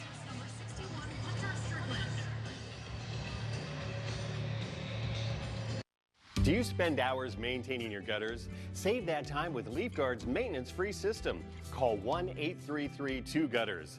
Mesh filters sit on top of your gutters, building up debris and eventually clogging. Then they need to be cleaned too. Honestly, your home should have been built with LeafGuard gutters. LeafGuard's wraparound hood deflects debris and keeps water away from your home. The one-piece seamless system is strong, 20% thicker than average and built to last. Plus, LeafGuard is guaranteed to never clog for as long as you own your home. Right now, get a complete LeafGuard system for only $99 down, $99 a month, and $99 installation. You'll also receive a $100 Visa gift card with a free gutter inspection and in-home estimate. Damage from clogged gutters can cost you thousands. Never worry about clogged gutters again. Don't wait, you've still got time. Call 1-833-2-GUTTERS today. That's 1-833-2-GUTTERS. Corey Seager, all eyes on him. He's ready to go. He's aggressive. Here's a dude that swings 52% of the time on first pitches. Corey Seager smashes a ball. The ability to be able to come together and compete every night. You know, that's what it's all about at this point for me. Corey Seager does it again. This guy is doing it all. He's hitting bombs all the time.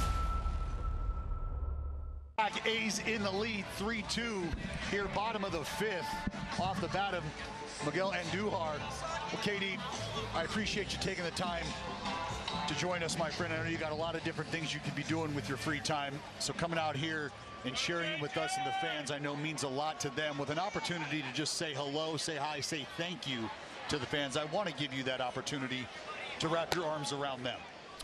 Yeah, absolutely. Yeah, a big thank you for when I came over, getting traded, making me feel comfy, and without you, I wouldn't have become the player I was. You know, just accepting me for who I was. Just went a long ways in becoming one of the home run leaders. And you know, I did all that for you. I love playing in front of you guys. Your support was amazing. And that's why I came out, was just to feel your energy again. Katie, I know how much it means to you when people are able to share their appreciation. I know you're a man of few words. You speak softly, and you have carried a big stick your entire career, my man, and the impact it's had on the fan base here, on the players, on the teammates that you shared a locker room with. Your name comes up each and every day that I see those guys across the diamond. I know you stay in contact with those guys. You meant a huge deal to them and that group. And I want to say thank you as well. The fans appreciate you. We love you, my man. Yeah. And I really look forward to having the opportunity to say thank you to you one more time. So, KD, we will let you go, my man. We appreciate you big time, brother. Thank you very much for everything you did. You are the definition of green collar. Thank you. We appreciate you, big dog. A walk for J.J. Bleday. And I guess since we have a little more time, I do have to ask Chris Davis one question. Dream car, Chris Davis, what do you got? I know you're working on the Impala, but dream car. If you have anything, color, year, make, model, what do you got? I already got it, honestly. Perfect. Sorry about it. My 61 Impala, I love to brag about that. It's a bubble top. It's a low rider. It's gold. Oh, that works. All that works. It's gold. When I drive that thing, people whip out their phones, and it's a looker. Oh, it's got you feeling some type of way. Yeah, it definitely brings a lot of joy to my collection, and yeah, that's my baby. Well, I think it's cool that you're working on your second passion after your baseball career. It's not easy, I think, for professional athletes when they're done to find something they really love, and you can tell when you talk about it that you're really into it, and you get the great time with your family as well. So it's been cool to hear you kind of talk about life after baseball just as much as the great career you had with the Athletics. Thank you. Thanks for coming on with us. We appreciate it. 3-2 here, bottom of the 5th. 2 outs and 1 on for Brent Rooker. The 0-2, Blade was taken off in the foul ball. Well, good battle right now. I think you've got the right man at the plate here. And Brent Rooker, if you're looking to extend this inning, you'd like to see some damage. But either way, off the bat of Miguel Andujar, A is able to climb back into this thing. I think it was the good vibes the guy had with you, Dallas. Well, I think it's really hard to have a guy like Chris Davis in the building and not hit a homer to take the lead. Absolutely. Popped up for Brent Rooker, shallow center. The infielder's going back, and it'll be a catch up for Zach Neto. 1 left on, and a homer for that guy. Miguel Andujar takes the lead for the A's. Chris Davis, all the good vibes in the house on Alumni Sunday.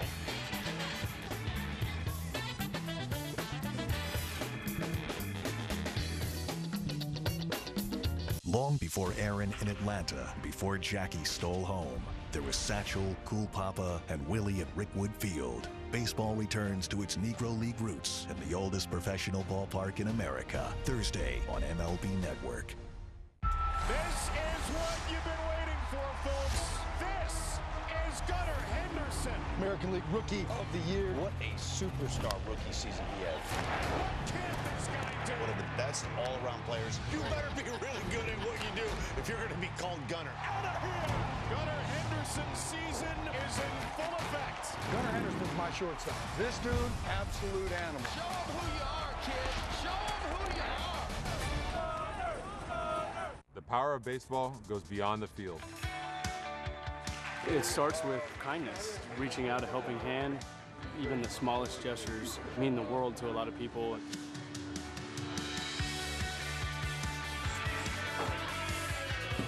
Stand up to cancer. Together. Together. Together. Together.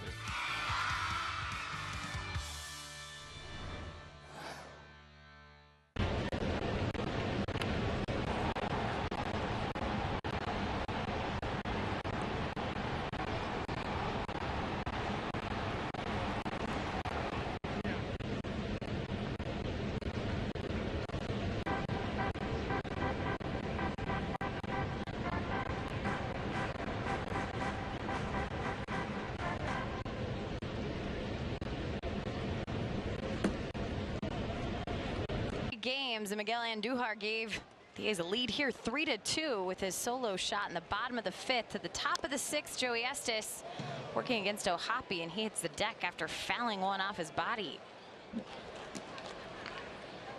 Never feels good, and they're going to give the Angels catcher a second, but he's quick back in the box. You see Michael Otanez warming up for the Athletics. Our thanks again to Chris Davis joining us on Alumni Sunday. I'm sure, Dallas, that was fun for you to have a conversation with the former Athletic.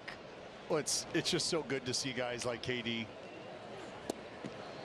You know, he was a guy that you, as soon as he showed up, you pulled for, you rooted for, you wanted to have success. And I think it's because you know how important playing the game the right way and being a good teammate was to him.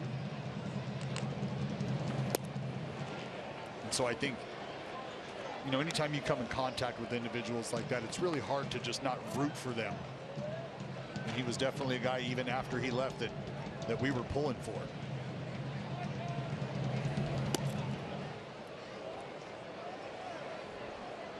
Well, it's not often when you're a guy like Chris Davis, who kind of floated around, started his career with the Brewers, ended up over here in Oakland, had a stint in Texas, and then you get that opportunity to come back and finish your career in your final season. And for him, just announcing his retirement, strikeout for O'Hoppe, and Joey Estes now has 4 of those today.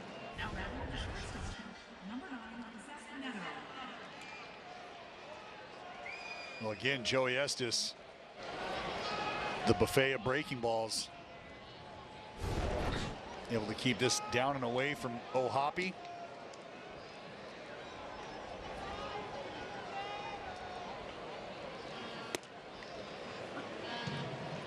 Called strike to Neto on the fastball.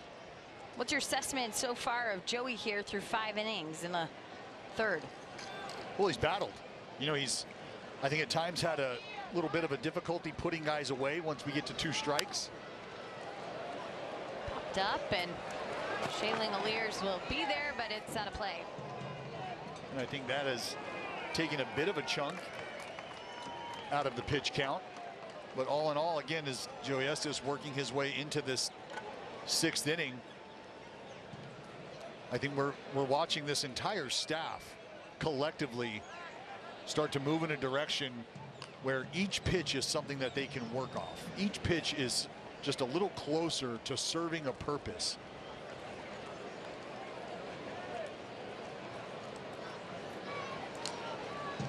See Joey in that signature rock on a 0-2. Coming to Neto.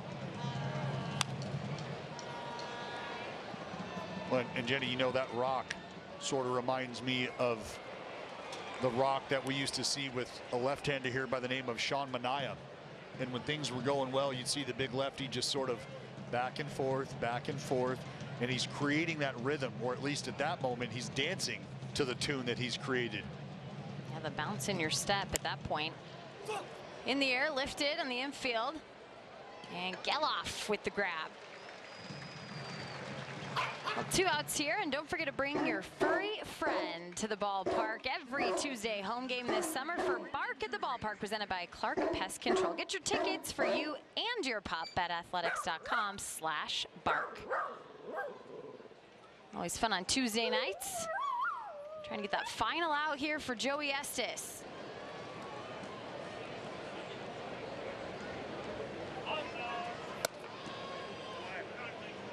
Missing at the top of the zone to Brandon Drury, who has a sacrifice fly. Also a hit today.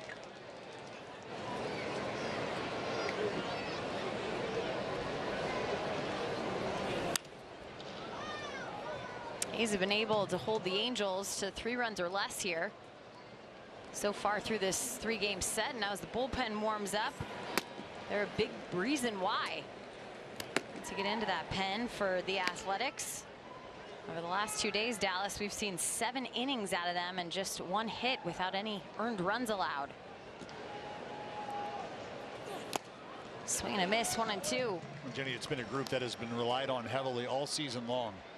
And I think, you know, maybe outside of about a 2-week or so stretch, I think the bullpen has been extremely pivotal in what this club has been able to accomplish and is trying to accomplish.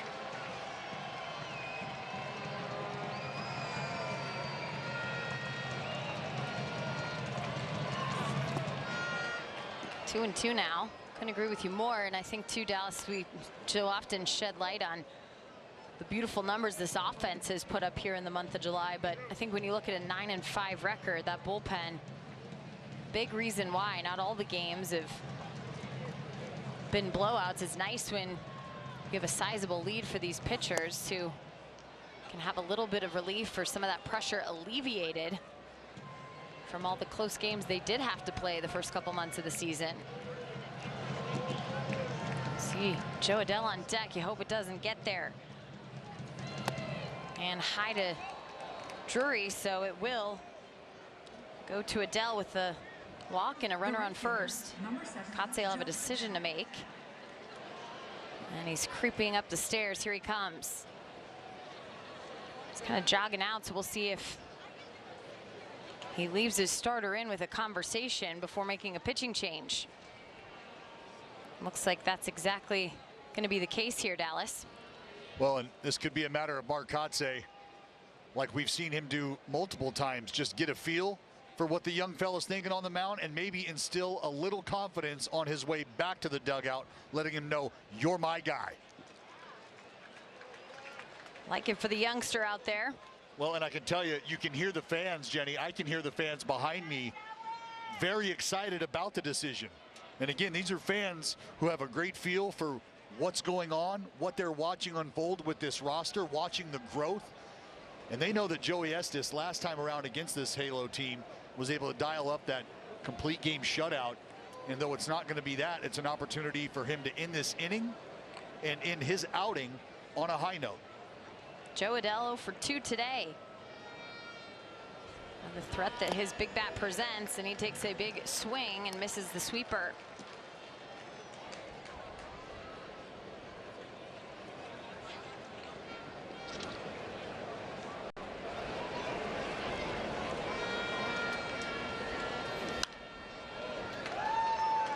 One for 5 against Estes in his career, including the 0 for 2 today.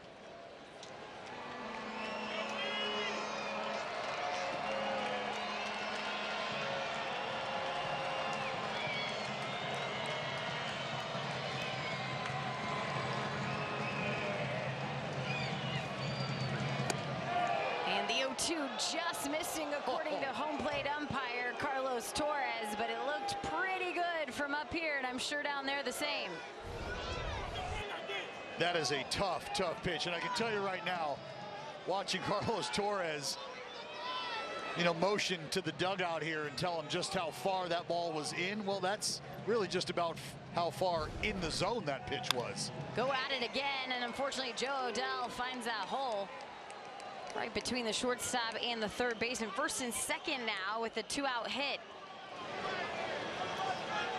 And Kotze kind of lingering on the top step, and he is going to walk out. Well, this is, if you remember, you go back to the middle of May, Joey Estes had an outing against the Seattle Mariners where Mark Kotze came out and said, hey, you're my guy, you're going to be the one to get out of this. And Joey Estes rewarded him.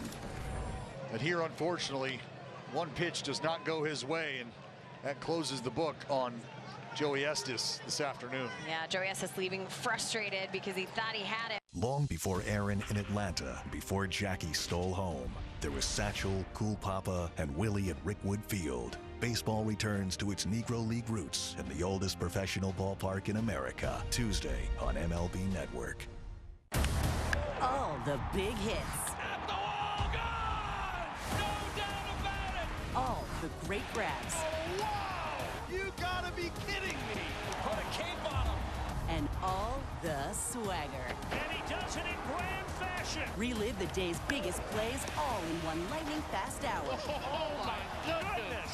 What a show! You better believe it! Quick Pitch. Late nights and early mornings, only on MLB Network. The power of baseball goes beyond the field. It starts with kindness, reaching out a helping hand. Even the smallest gestures mean the world to a lot of people.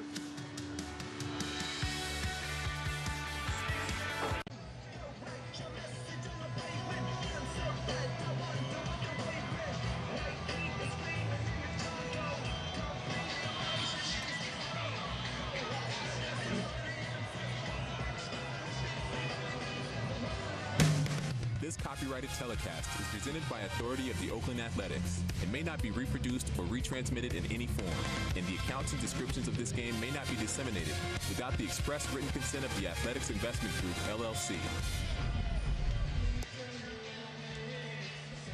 3-2 the score right now, top of the 6th, 2 on, 2 out. The 2 Angels runners, the responsibility of Joey Estes. And when you look at his last 5 up to this moment, they have been 4 fantastic performances, 3 against the Angels. Of course, that Phillies win, a huge one on July 14th. That Red Sox win, the Red Sox lost a clunker, but for Joey Estes, the growth very evident of where he is as a pitcher and as a competitor. Mark Kotze was hoping to leave him in there and just thought he had Jo Adell on a strikeout, but unfortunately led to a hit. And now TJ McFarland in from the bullpen. They'll go left on left against Luis Guillorme.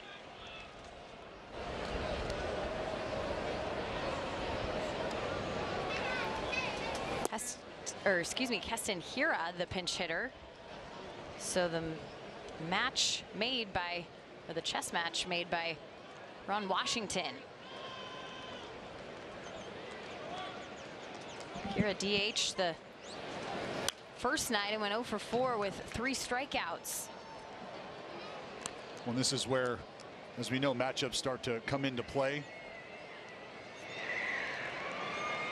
TJ McFarland trying to take care of business against Hura.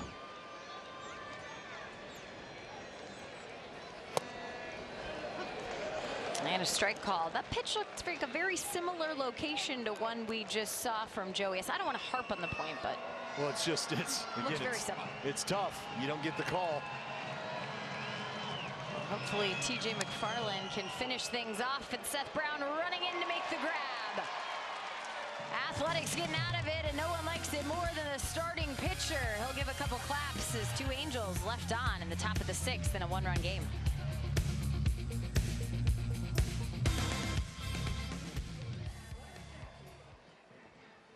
The power of baseball goes beyond the field. It starts with kindness, reaching out a helping hand. Even the smallest gestures mean the world to a lot of people.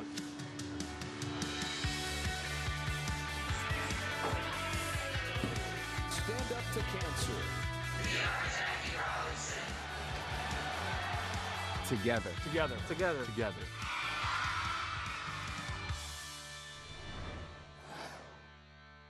Adrian Beltre, Todd Helton, Joe Mauer, and Jim Leland each had their own journey, but now their paths converge in Cooperstown, New York. The 2024 Hall of Fame induction ceremony, Sunday, July 21st on MLB Network.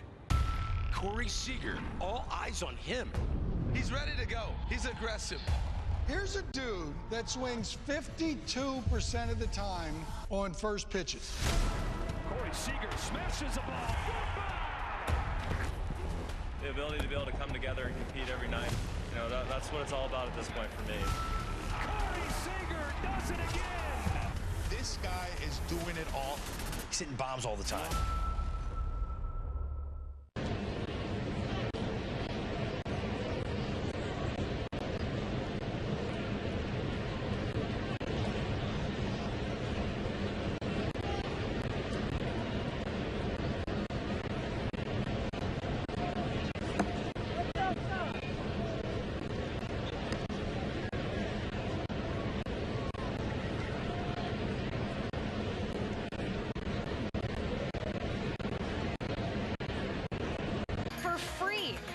Also stay after to race around the bases on the same field as your favorite A's players. Get your tickets now at athletics.com/kidsfree. Back to work for the Oakland offense. Bottom of the 6th, they're up 3-2, and Shea Langoliers with an 0-1 count. You see Justin Hira at second, staying in the game.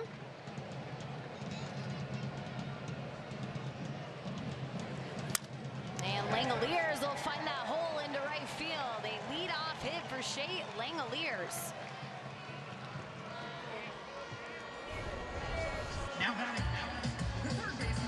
Great job of hitting here from Shea. Slider down and out, trying to get Langoliers to run out of bat. You stay on the pitch long enough. Bat goes down to Hero. You lead the inning off with a knock and a base runner. Brings up the switch hitter in Abraham Toro.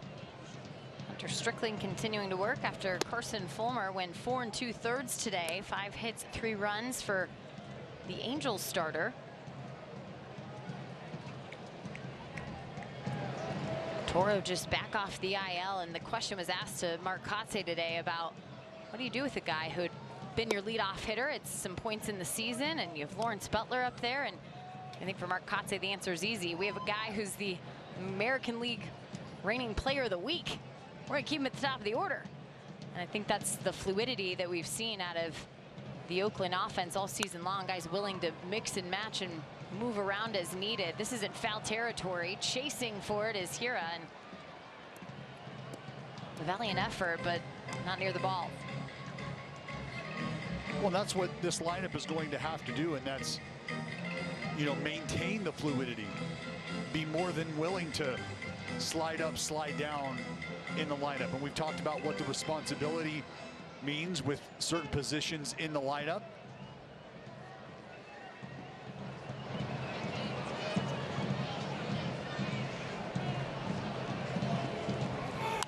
Langoliers was taken off as they Foul ball out of play from Toro. Shea with 4 stolen bases, and you've talked about his speed all season long. I was talking to one of the coaches for the Angels. He was asking about a couple players, and I'm like, yeah, his speed is unreal. I was like top 3 at some points in time, depending on, you know, who's on the team, who's on the roster.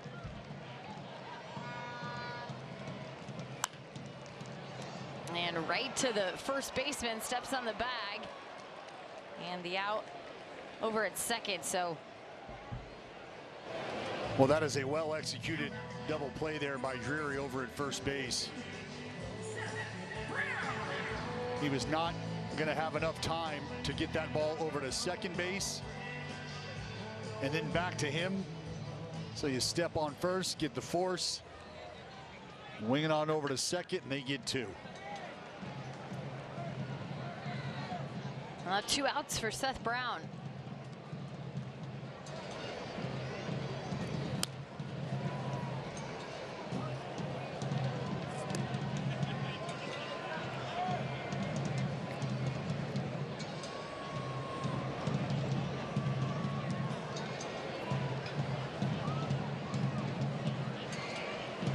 One-run games feel like a thing this A's team got pretty used to for a while. I haven't seen one in quite some time, and now the foul ball fly out for Seth Brown will end any chances for the offense to add in the 6th. 3-2, A's remain on top by 1.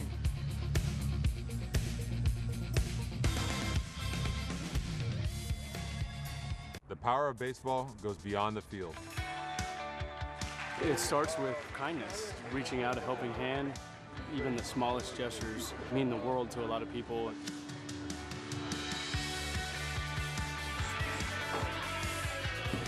Stand up to cancer. Together. Together. Together. Together.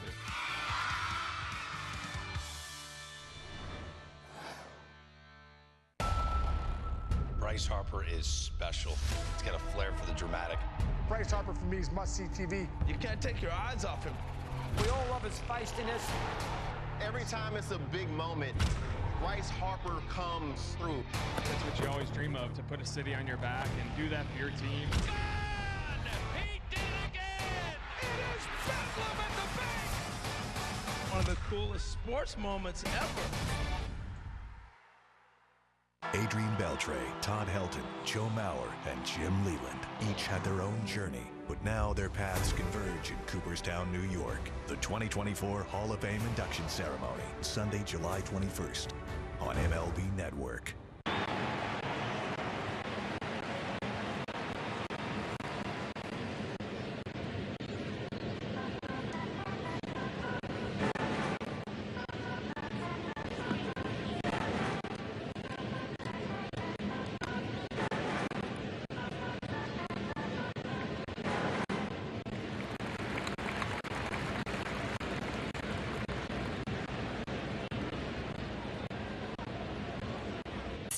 And here are the A's bullpen ranks in the American League. You look at this season, they've had the most innings pitched, over 375 of those. They rank 4th with a 3.59 ERA. The whip is 9th, and the strikeouts come in 3rd. They have been used. They've been used often, and really here in the month of July, they've been counted on.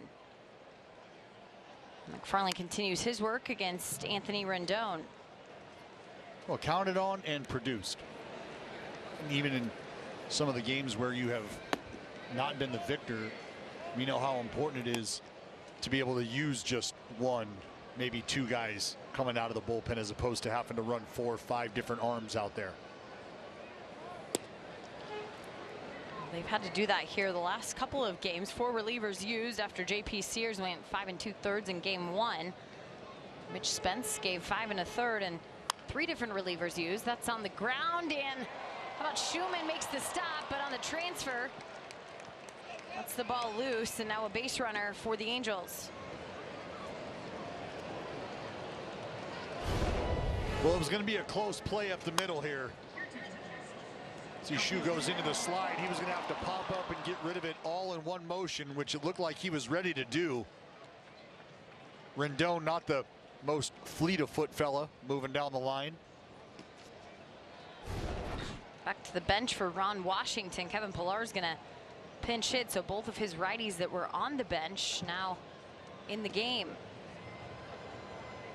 Matt Theis, the lefty catcher, on the bench for the Angels, and Nolan Shonawell, but again, he had the calf injury that he left the game with yesterday. He was said that he was available later today, so we'll see where Ron Washington goes in these late innings.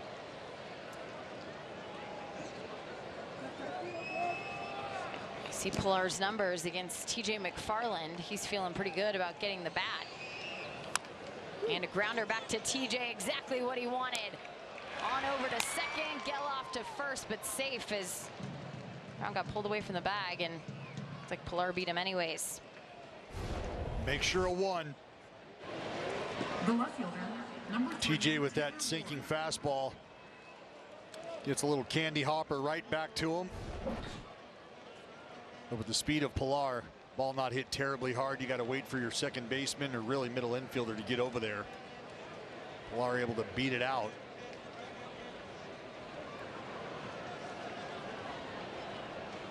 Brings up Taylor Ward.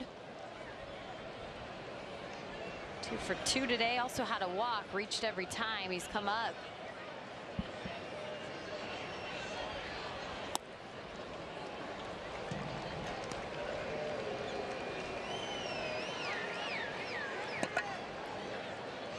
Saw a shot of the bullpen earlier, Dallas, and starting to think, okay, we haven't seen Lucas Erceg yet. We haven't seen Mason Miller yet.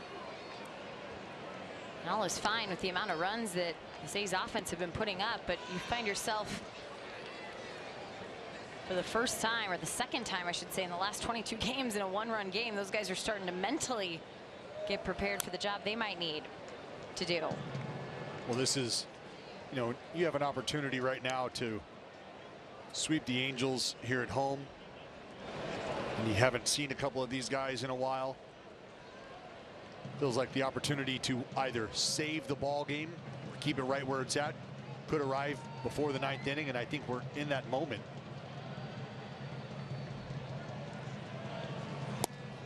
Two and two, not Award. And that's why you have a guy like Lucas Erceg down there ready to rock right now. Should the inning continue, you've got a guy that you're confident in to be able to come in and get an out. Fly ball out towards left field. Miguel Andujar and JJ Bleday both there, and it'll go to Andujar. 2 gone.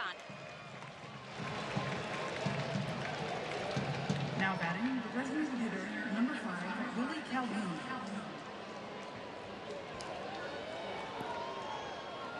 Willie Calhoun in the batter's box now.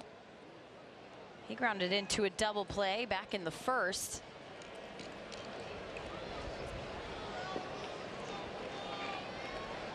Also had a fielder's choice on the ground and a pop-up. Well, taken off. Here's the throw from Langoliers and the quick tag from Geloff, but safe for Kevin Pillar.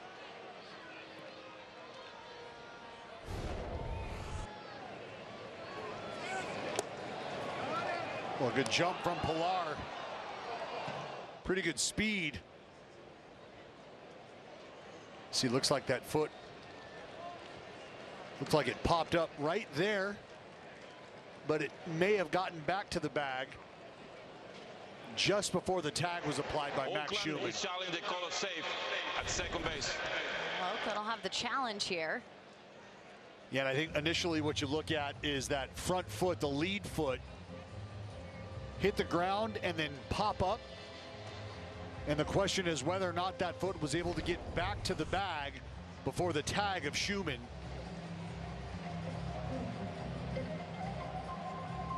Jenny, it looks like Kevin Pillar may have been there just a split second before the throw, or before the tag was applied.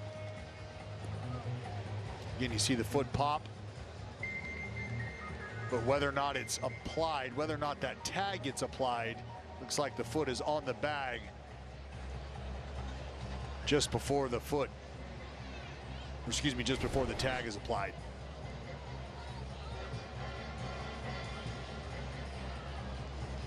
But you figure right now, maybe an opportunity to bring the inning to an end. instead of having a runner out there in scoring position is what led Mark Kotze to making the challenge call. After review, the call on the field stands. The runner is safe. Oakland loses their challenge. So for Pilar, that'll be his 8th stolen bag this season. And that runner in scoring position. 85 stolen bases for the Angels. That's 3rd in the American League behind the Rays and the Red Sox. It's one thing we've noticed this series is once they get on, they want to put a little pressure there, trying to create some offense, especially when they haven't had as many opportunities here in this series or at the Coliseum in general. A couple shutouts in the last series when the Oakland A's sweeped them out of town to start the month of July. Well, it's long been a hallmark of this organization for the Angels, and that's, you know, moving the game along. Not afraid to steal a base, hit and run, go first to third. They're looking to create offense. Swung on the 2-0, a bouncer, but foul up the first baseline for Willie Calhoun.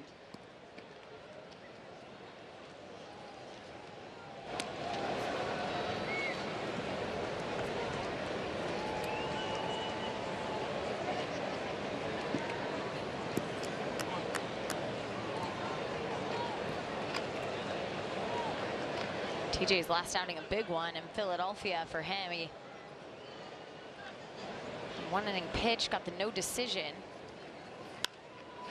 Seen him give up some runs and trying to eliminate that here with the fly ball to center field. Bleday will make the catch, and TJ McFarland feels good walking off with a 3-2 lead. Let's stretch at the Coliseum.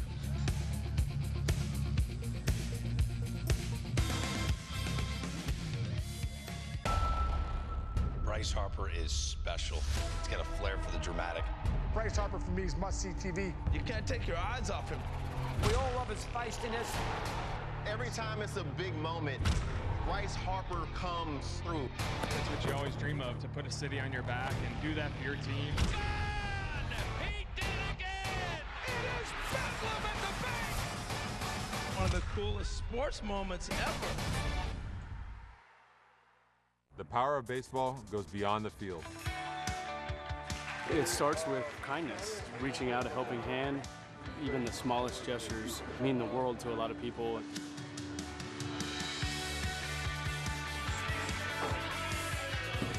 Stand up to cancer. Together. Together. Together. Together.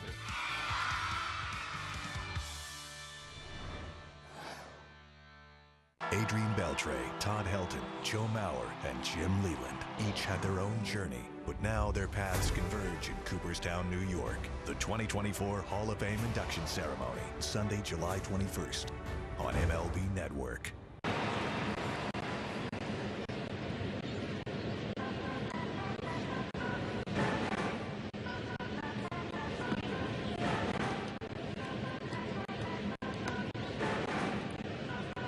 NBC Sports California is brought to you by Toyota. Class-leading MPG and more hybrid models than any other brand. Toyota, let's go places. And by Mancini Sleep World. Visit Mancini Sleep World and save on cooling mattresses and accessories. Or visit sleepworld.com.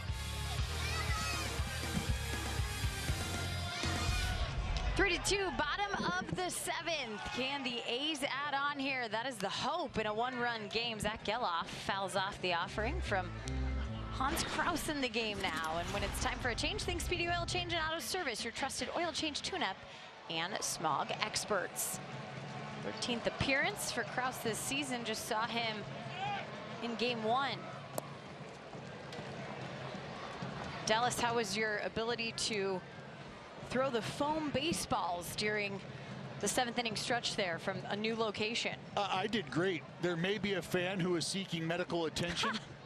I did hear you yell, "Give me an Angels fan." Zach Geloff to left field. This ball is high, and it's going to stay in the ballpark with the catch from Taylor Ward. Geloff just missing one gone. Max Schumann coming up. But I tell you, Jenny, you'd be hard-pressed to try to sneak a bag of those souvenir baseballs down here past the fans in Diamond Level. They knew what was coming. They were waiting, waiting.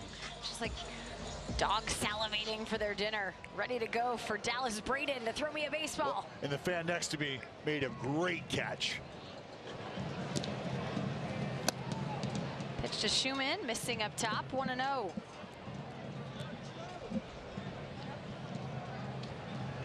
Well, I think we've talked about the great work that Max Schumann has done every which way we can, but start to look back at the month of June, and I think for me it's kind of comparing, going, okay, before July, even like if you take all the months, not just June, but before July, 3 home runs, 15 RBI. What has he done this month so productive? Well, it's just that the power is in there. 3 home runs here in this month alone with 10 RBI.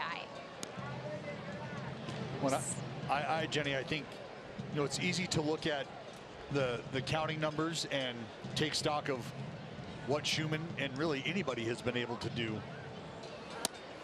But I think that right there, the discipline from Max Schumann is what has led to the productivity. And when I say these at-bats sort of trickle down, as he has spit on these last 2 pitches, Lawrence Butler has shook his head in agreement. So you're watching these guys take their at-bats together. And that means that you have got the guy on deck just as invested in what the man at the plate is doing right now. And that doesn't happen a lot. Yeah, team offensive approach. And I think when certain guys are scuffling, it's easy to kind of get in your own head, get in your own way, but start to work on things. You all start to work on them collectively. That's the approach we're seeing here in July, and a great eye from Max Schumann as he'll take his walk on the full count. And it will go to Lawrence Butler at the top of the order.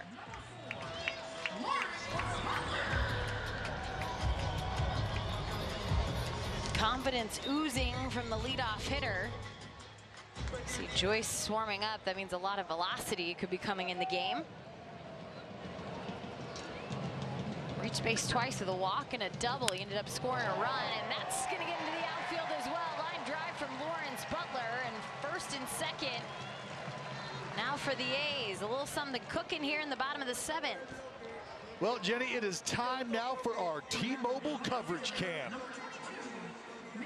Miguel Andujar took his at-bat back in the 5th inning. A's looking for a little sock, and he provided.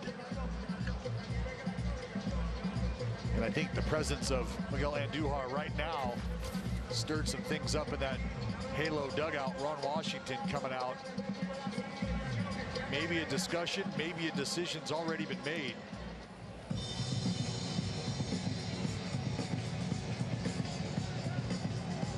Talk to Hans Kraus. Hans, what do you got? Can you get Mickey for me? We'd love a ground ball. We'll take a punch out, but can you get that done for me? If you can, I've got Ben Joyce down there. Okay, we'll go to Ben Joyce. I think that was a let's talk about it as long as we can until the umpire comes out here, and then we'll make our change. And when it's time for a change, think Speedy Oil Change and Auto Service, your trusted oil change, tune-up, and smog experts.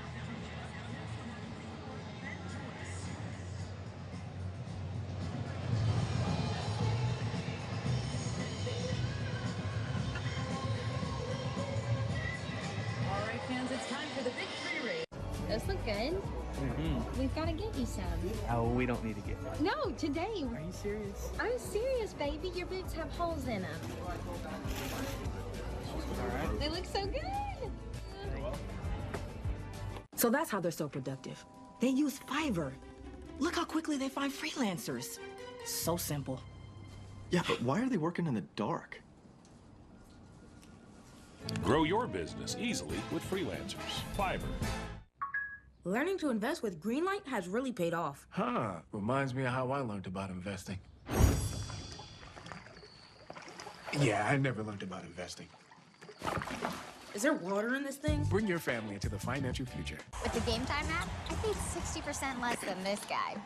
What? And it's not just sports tickets. It's also concerts. Performances, too. Oh, come on! Download Game Time. Last minute tickets, lowest price, guaranteed. Includes a $10 concession and merchandise credit. This limited time offer includes some of the biggest games of the season, including 2 drone shows, alumni Sundays, and a whole lot more.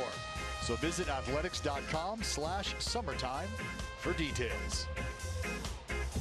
Well, summertime means heat, and speaking of heat, that's what's on the mound now for the Los Angeles Angels. Ben Joyce in relief here. 2 on, 1 out.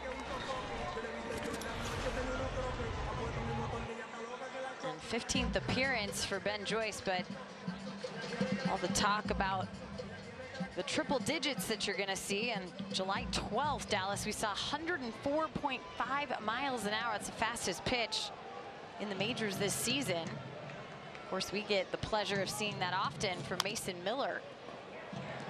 Slow grounder, slow roller, and safe. How about it for Miguel Andujar? I'll take the first offering, I'll load the bases. A thing of beauty. Back-to-back 3-hit ball games now for Miguel Andujar. Well, with a guy like Ben Joyce coming into the ball game, you are geared up for one thing, and that's that high-octane fastball. I think everybody in the ballpark, you see a swing like that, with that kind of fastball out there, you're expecting some line drives. JJ Bleday. How's the 95-mile-an-hour sinker? Up a couple ticks from the 92-mile-an-hour sinker that Andujar saw.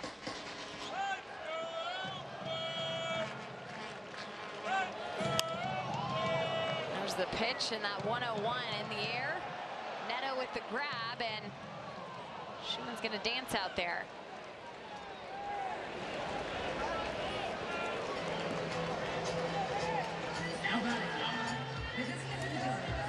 One gone, 2 gone, excuse me. Bases loaded for one dangerous bat for the green and gold.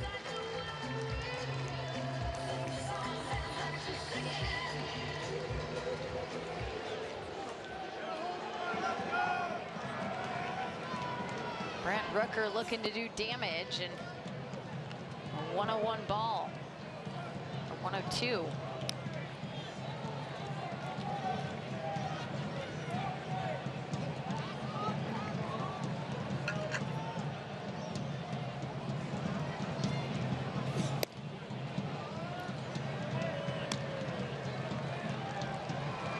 Well, Jenny, it's last call down here at diamond level. See if I can't get an order for a jack in. Love it. 3-0 now.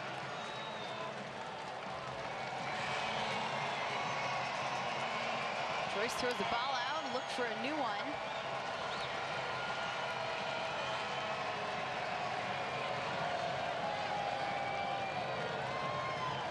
Brent Rooker had the big blast yesterday in the first inning. Rook taking all the way, and he'll take his gear off and head down to first. Walk him in. 4-2 Oakland. Number 23. And again, Jenny, the discipline. And where does it start? With the guy who comes around and scores, who got the inning going with his walk.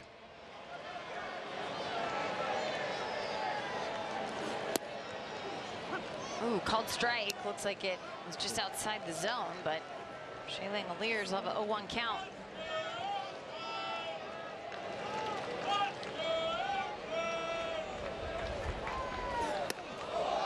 Well inside, here comes the runner home, and Lawrence Butler will be bladed.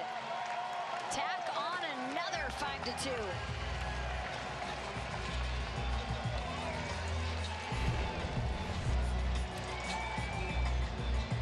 This part of the exchange with the high velocity, sometimes the errant misses can be a little tougher to reel in. You know, Hoppy just trying to get a glove on that split. Wild pitch scored a run, 2nd and 3rd now.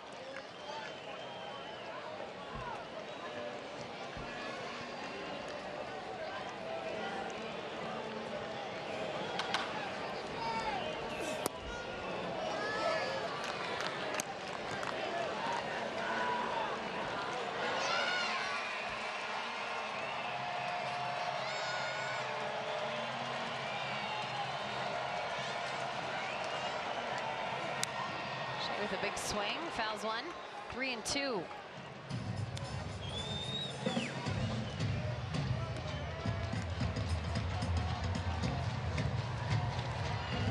Langoliers hit his 18th homer in game 1, and you see guys on deck and in the hole.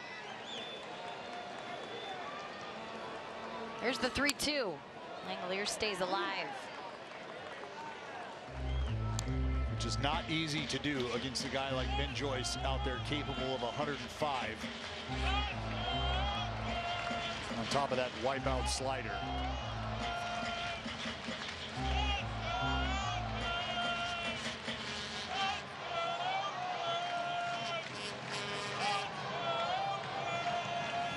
Andujar on third, Rooker at second.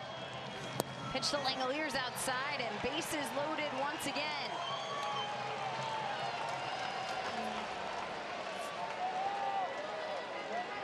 Well, and that's the second walk in a row issued by Ben Joyce, and that'll bring out Stockton native Barry Enright. Talk things over. Abraham Toro will have his chances with bases loaded.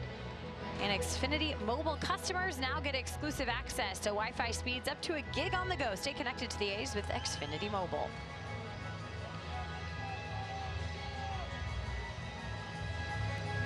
Trying to just slow Ben Joyce down. Not a lot of control with the velocity here this afternoon at the Coliseum.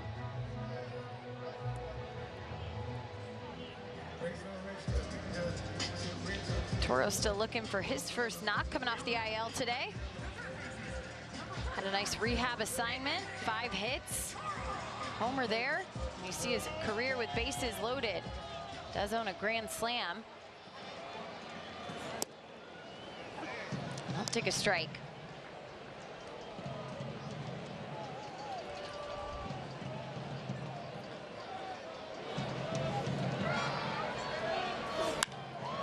Toro to center field, and Moniak with the grab. So bases left loaded, but a 5-2 lead now for the Oakland A's as a couple came across. Lucas Ursig coming in.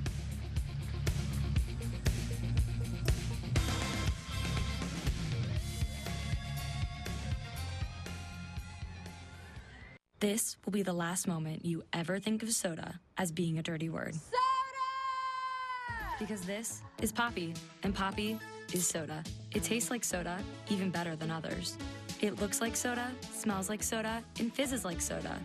Because it is soda. It will be the soda your kids and grandkids think of when they think of soda. And that's because this soda has none of the bad stuff. Instead, it has all of the flavor. The future of soda is now, and it's called Poppy.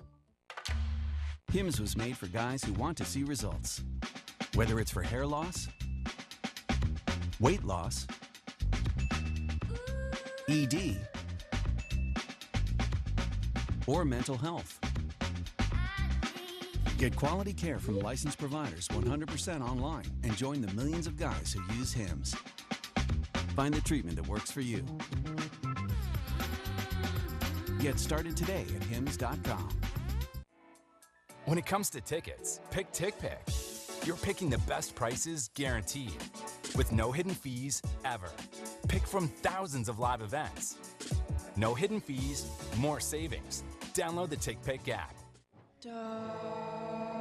Join the million-plus fans who have made game days more entertaining by playing along on Underdog. Basketball fans from all over the United States have won over $1 billion. Underdog Fantasy, calling all dogs. I feel like I lose track of at least $500 a month. Maybe that's because you still use spreadsheets. Haven't you heard of Rocket Money? No, but you're probably going to cut me off and tell me about it. It's an app that automatically tracks your spending in real time, lowers your bills, and finds and cancels sneaky subscriptions. Sign me up. Stay on track with your finances and download Rocket Money today. Gold will be taking on the Houston Astros. That starts tomorrow. And we've got Bark at the Ballpark, Double Play Wednesday, and a whole lot more going down right here at the Coliseum. Check out available seats and pricing at athletics.com/tickets. AL West leading Astros. They leapfrogged the Seattle Mariners, and Mariners have a lead on them here this Sunday. Will be interesting to see where they're at this week, but right now trying to finish business on the mound and sweep the Angels. Lucas Ursig in for the green and gold now. Logan O'Hoppe, the hitter, and 2-0. Well, Jenny, we mentioned it before, as Brett Harris now on to play third base. But coming from a couple parents, if you had a guy like Lucas Urseg and Mason Miller at your disposal and you had some chores that needed to get done, mainly some sweeping that needed to be taken care of, feel like you got a couple guys you'd be pretty confident in getting that job done. All-Star sitting on the right. Just waiting for the baton to be passed, but work to be had here in the top of the 8th.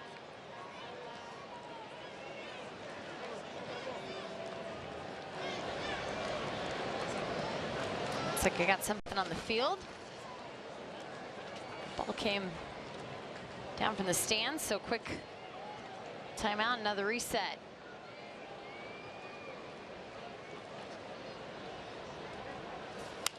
The run differential here over the 3-game win streak at plus 39, or excuse me, plus 31. They've scored 39 runs. It's the first time ever that they've had that large of a margin over a 3-game set in franchise history. And here's a runner now, and Logan O'Hoppe sends one to left field, and a base hit to start things off in the top of the 8th. Now batting the shortstop, number 9, Zach Neto. Well, O'Hoppe somehow able to get the big part of the bat, or the bigger part of the bat, to the baseball. Even though that bat goes down a hero, I mean, that's just about a half inch or so away from that really being a comebacker to Lucas Urseg. But I think that just shows you just how strong Logan O'Hoppe is, even with a broken bat, able to muscle it through. Zach Neto now has a 4-game hit streak going on after a single in the 4th. 1 for 3 today.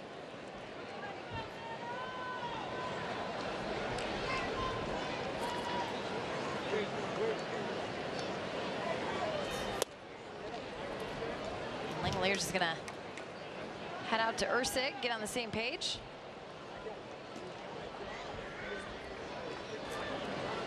And sometimes that's all it takes, just a small little recalibration.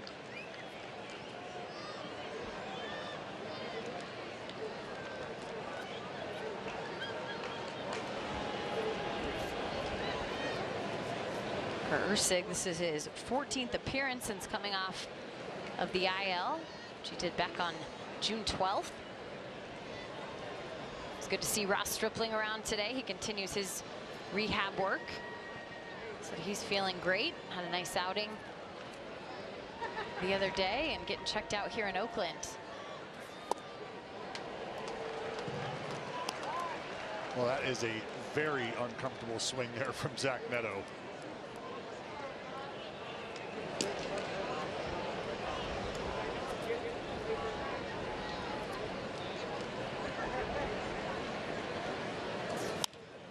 Pitch, and it's over the head of Brett Harris into left field, and that'll be first and second, back-to-back singles for the Angels here in the 8th. The first baseman, number 23, Brandon Drew. Well, and credit to Neto here, who I think learned a little bit from the pitch prior.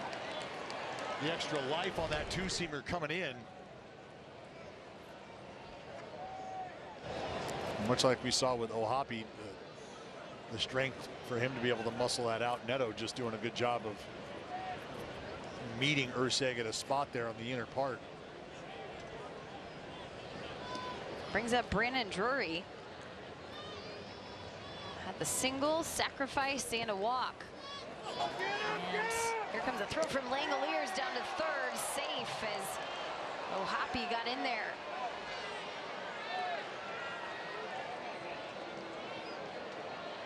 Wild pitch is the decision. Well, you can see it as soon as it caroms off Langeliers. O'Hoppe taking off, hand in just in time.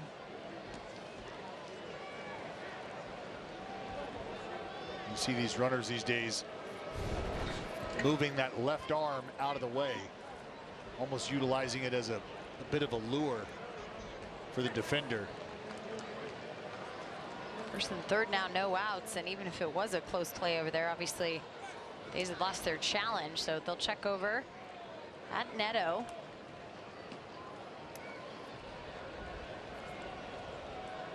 This is a different spot that they've been in against these Angels here at home this season.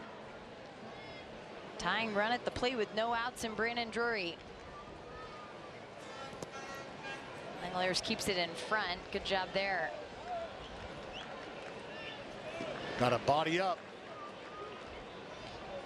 I mean, very important right now for a couple reasons. One, you want to keep O'Hoppe over there at third base. You don't need him coming home to score. You also would like to keep that double play in order. Keep Neto over at first.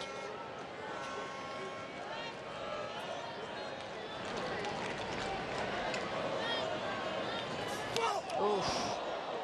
By pitch of Drury, and now you have bases loaded. Now comes Ron Washington and the trainer as Drury meets him up the line. Well, and Jenny, just sitting down here, you could, I mean, the sound off of Drury, that did not, it didn't sound good. It clearly did not feel good. And that is right off that top of the elbow. I mean, take a listen here in real speed, real time.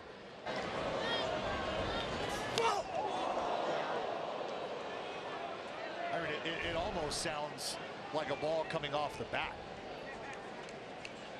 Scott Emerson using his time with no outs and bases loaded to just talk through some things, settled down as reliever.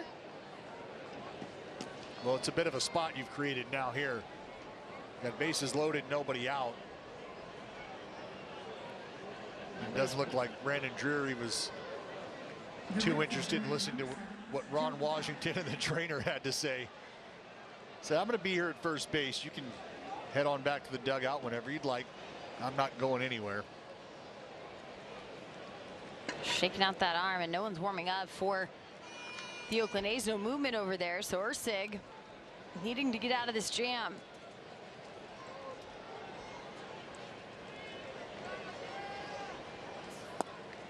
Missing on Joe Adell to begin. 1-0.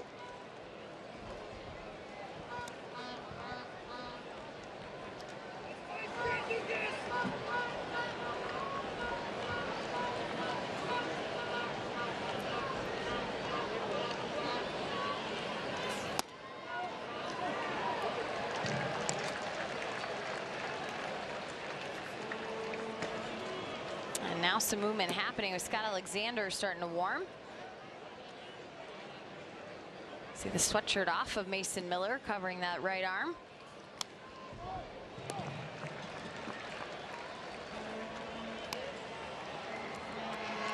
Love to see Ursig be able to put away Joe Adell here.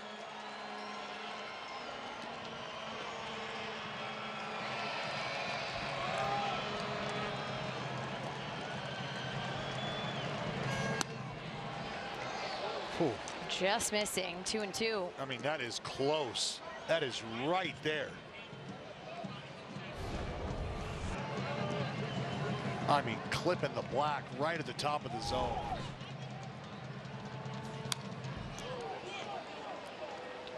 Remember what happened last time Joe Adell was given extra life in his at bat. Yep.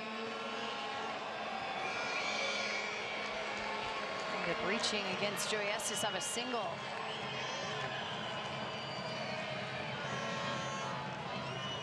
The 2-2 and fell straight back.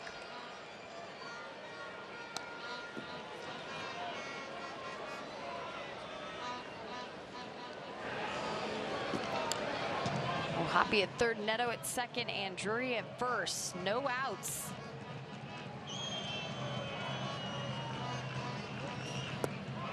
And now a full count. So a position that the Oakland offense was in the top of the seventh. They had a run walked in via a walk. Trying to avoid that here as you saw Carson here waiting. And a timeout called very late, and Lucas Ursig was just about to deliver. It's twice here that we've seen pitchers have to stop mid-delivery because of the timeout. And it felt like Ursig really close to already working his way down the slope when time was called. And the pitch missing, so a walk will come home. And it's 5-3. Well, and again, Joe Adell, the benefactor of a call that does not go the A's way. That was the 1-2 fastball at the top of the zone. Looked like it caught enough of it. And then later, Ursig back in with 98 off the plate. Here comes Mark Kotze. And he'll cross the line and point to the pen. Scott Alexander will come in for the green and gold as Ursig passes the ball off. Bases loaded, no outs in a 2-run game here at the Coliseum, top of the 8th.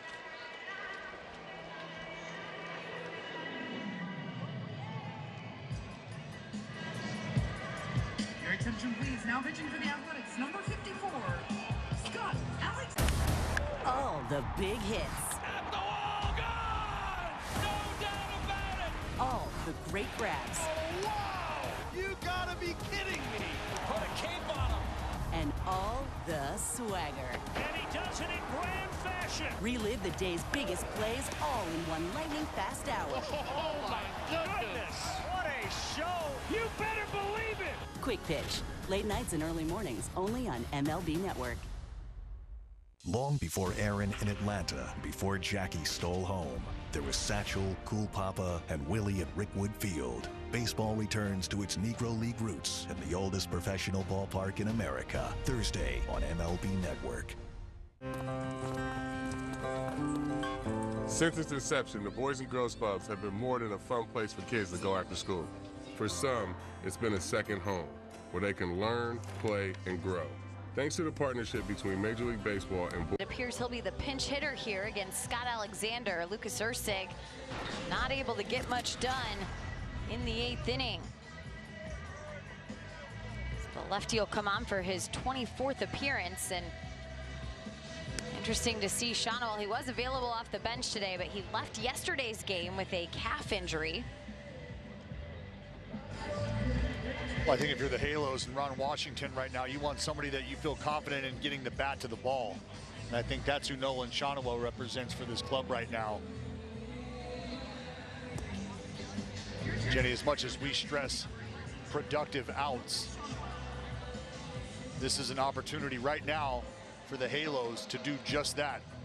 Close the gap at bare minimum with a productive out, but I think they expect a little more out of Shawano.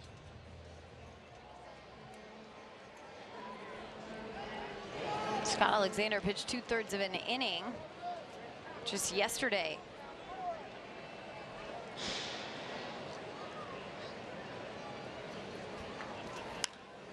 And Shawano fouls off the first pitch. Shawano's 3rd pinch hit appearance, 0 for 2 so far this season.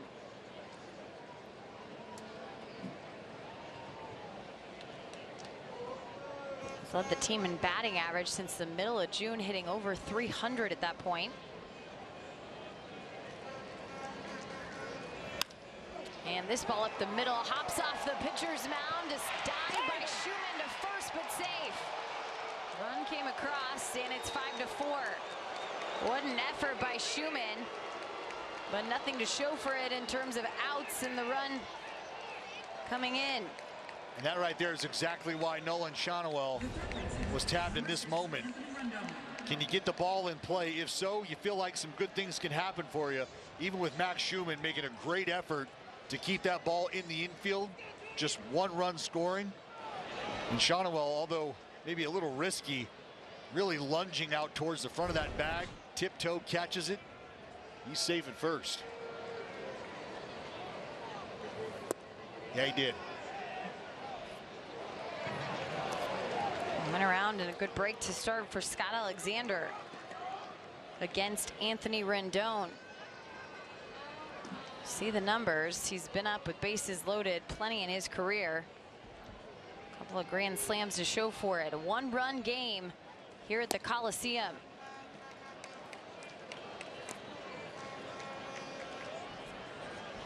Last game that ended in just a one-run decision was a 3-2 loss to Baltimore on July 5th over the last 22. Ground ball, looking for a double play. Brett Harris flips it over to Geloff onto first, but safe, and the run came across. It's 5-5.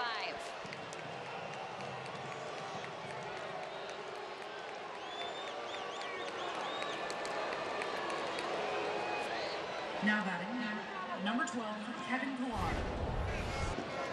Well, an opportunity for a 2-ball here. I think that big second hop just ate up enough time. And with Rendon trying to bust it down the line, A's not able to complete that double play. Would have been a nice effort.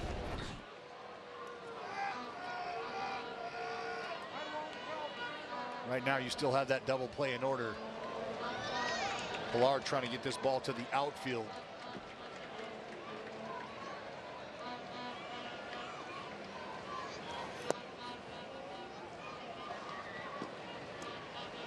Joe Adell at third, Anthony Rendon at first.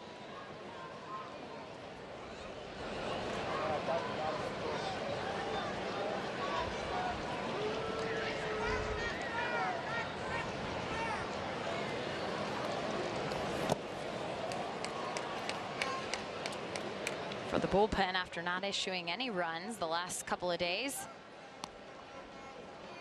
A funky feeling to be in here. With 3 runs allowed so far and 2 on base in the 8th with just 1 out. Yeah, your first 5 hitters have reached base this inning.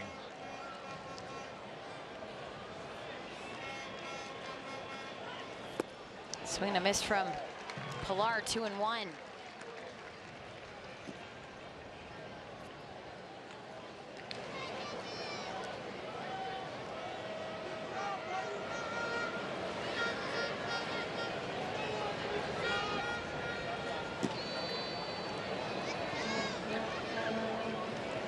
The lefty delivers, swung on to left field, Andujar chasing it back, and he's got to play it off the wall. Runners coming home. Pillar ends up at second, and he heads to third. Here's the throw from Langoliers, and he's tagged out. Pillar wants to look at it. The 2 runs came across. It's a 7-5 Angels lead now. As it stands, 2 outs, but Ron Washington's going to take a look at it. Well, Kevin Pillar emphatically was gesturing, no, no, no, no, no. That is not the call. Take a peek. Well, it's a sinker up and away that Kevin Pillar is able to get to. Los Angeles is showing the call of out at third base. You see Andujar watching this ball sail. Decided to pull up, turn his back to the infield and play to Karam. But again, Pillar, we'll see on the throw back here from Langoliers. He moves that left hand like we were just talking about. And you can see Brett Harris go in for the tag. Now watch the left arm return to the bag of Pillar. He'll move it here. Gone. No tag. And then try to get the hand back. But I believe the glove of Brett Harris caught the midsection of Kevin Pillar before the left hand was able to get back on the bag. They're showing it here on the big board.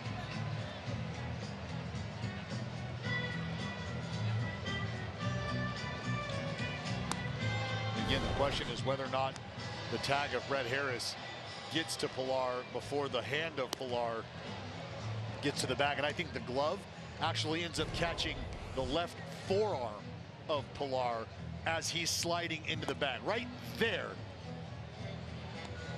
before the hand hits the bag. It's hard to tell from that angle, but again, they have to have distinct evidence to overturn this. The call on the field was the out. So they have to see inconclusive evidence that he didn't make the tag. I'm not sure they have that.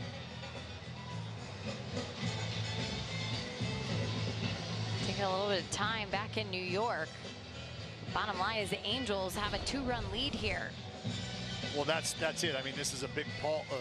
It's a big play in the game. And I think right there is what you might be looking at initially. But again, the tag occurred long before that left arm got to the bag, or just before. So right there, it's made, and then the hand on the bag.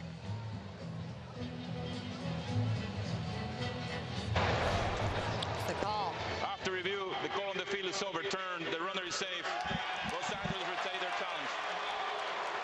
Well, they saw enough evidence that the glove did not hit Pilar back in New York, so it remains just 1 out. Pilar will stay on third. 5 runs have crossed here for the Angels in the 8th. Well, you see the glove in place. And then where the tag occurs, in my opinion, up towards the heel of the glove, but New York didn't see it that way.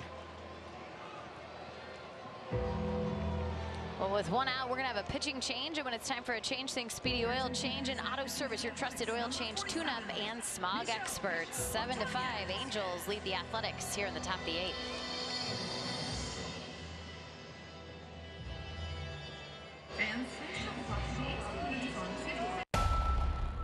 Bryce Harper is special.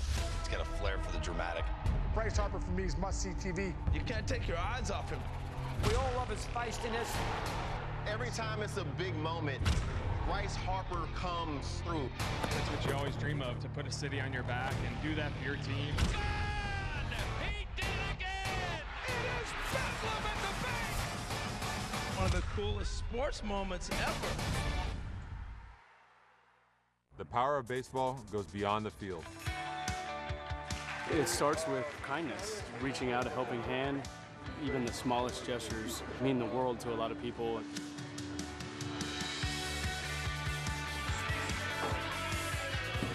Stand up to cancer. Together. Together. Together. Together.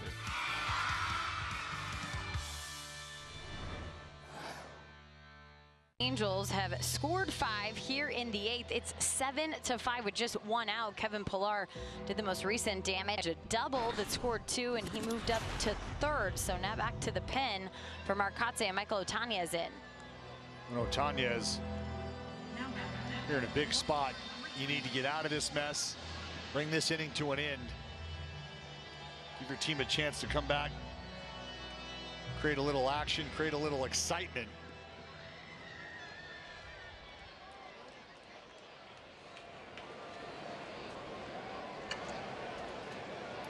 Taylor Ward, Willie Calhoun on deck for the Angels.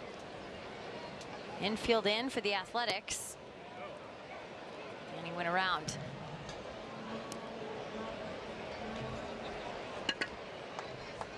Alice, we were just talking about the efficiency of the bullpen here of the win streak of the A's, and really in the month of July. Yesterday they used just 3 relievers in the game, and today 3 so far this inning.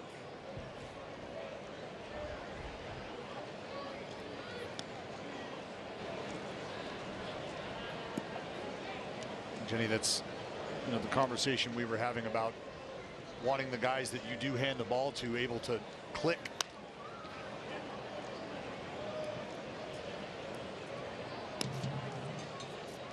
Favorable count here for Otanez, 1-2 against Ward.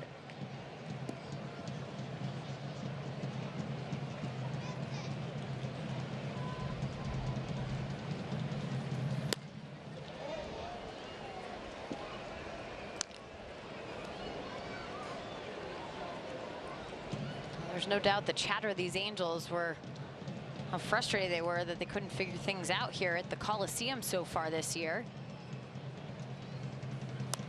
5 straight wins in 2024 for the Oakland A's over the Los Angeles Angels at the Coliseum. Go back to last year, it's 8 straight coming into this contest.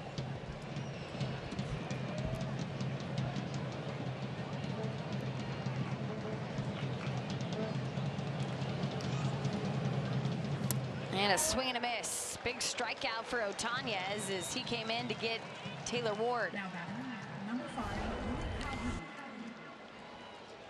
Well, you'll take that. I mean, if you can, you just try to limit any sort of risk. Balls in play. Get the job done yourself. Otanez is able to do just that. Brings up Willie Calhoun 0 for 4.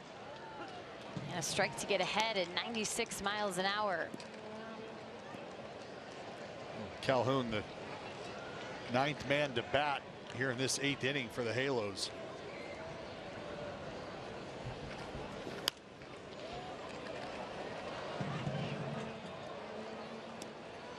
Bottom of the 8th, they'll have the bottom of the order up for the Athletics. Luis Garcia warming up in the pen right now.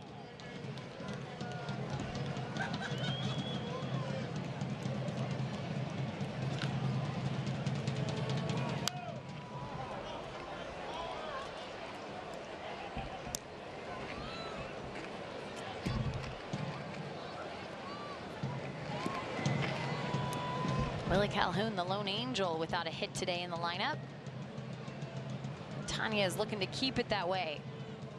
Here's the pitch, and Langoliers keeping it just down the third baseline to keep Pilar right there at third. Shea continuing to do yeoman's work back there right now. Got to give yourself up.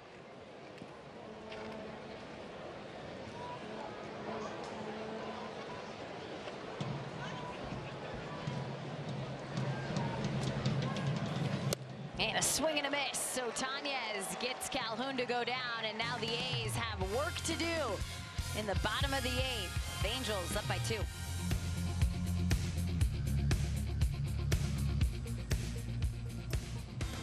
Adrian Beltre, Todd Helton, Joe Mauer, and Jim Leland each had their own journey, but now their paths converge in Cooperstown, New York. The 2024 Hall of Fame induction ceremony, Sunday, July 21st on MLB Network. All the big hits. At the wall, gone! No doubt about it! All the great grabs. Oh, wow! You gotta be kidding me! Put a cape on him! And all the swagger. And he does it in grand fashion! Relive the day's biggest plays all in one lightning-fast hour. Oh, my goodness! What a show! You better believe it! Quick Pitch. Late nights and early mornings, only on MLB Network. The power of baseball goes beyond the field. It starts with kindness, reaching out a helping hand. Even the smallest gestures mean the world to a lot of people.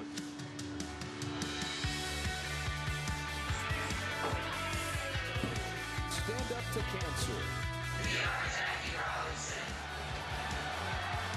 Together. Together. Together. Together.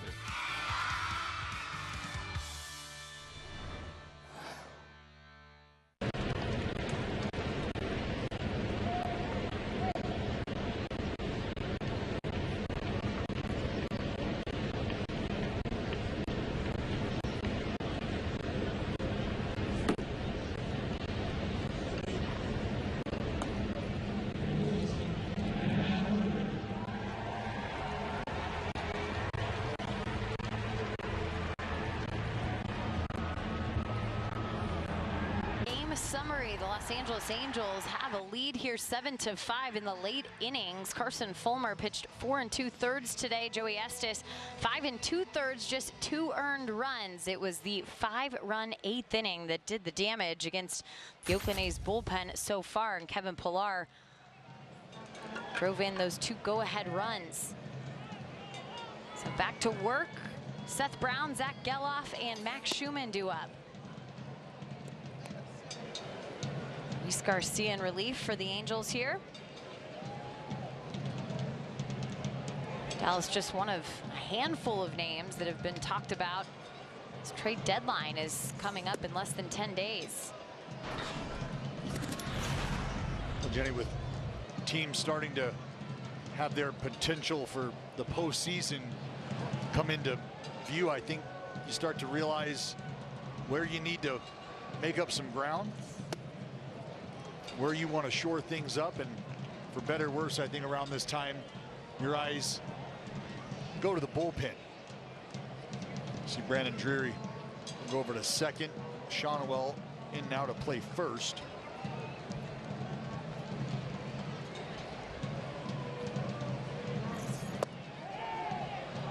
And he did go around. Seth Brown will strike out, and one gone here for the A's in the bottom of the 8th. It's a arms race at this point in time. You know, if you're one of those teams that's lucky enough to have some guys in your lineup that you feel good about, you've got guys off the bench that you feel good about plugging in, your depth is okay, I think your focus inherently starts to go towards the bullpen, and in an effort to try to shorten games in October. Ground ball for Zach Geloff. And it will be Drury over to Shonwell. The defensive changes you just noted. 2 gone. The outs dwindling here for the Athletics this Sunday afternoon, down to just 4 left offensively. Jenny, if it feels like the A's are going to make noise here in this half inning, it's going to be with a great at bat from Max Schumann and then another follow-up at bat from Lawrence Butler, and we've seen that a couple different times today.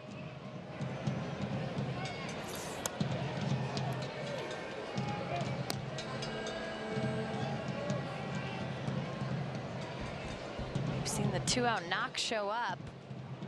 2-out RBI show up early too, but you gotta get those base runners, and you're right, you talked about Schumann being the one to lead the charge. Now feels like the time. 2-0.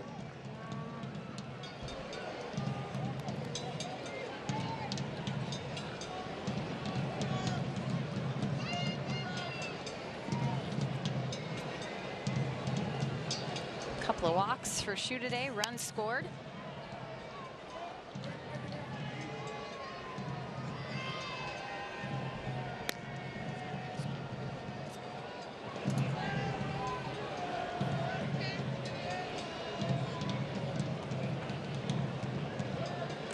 Seven for 18 with a couple homers and 9 RBI. 7 total walks against the Angels this season. That's on the ground, and Neto will be there. 3 up and 3 down to the 9th we move. 7-5 Los Angeles.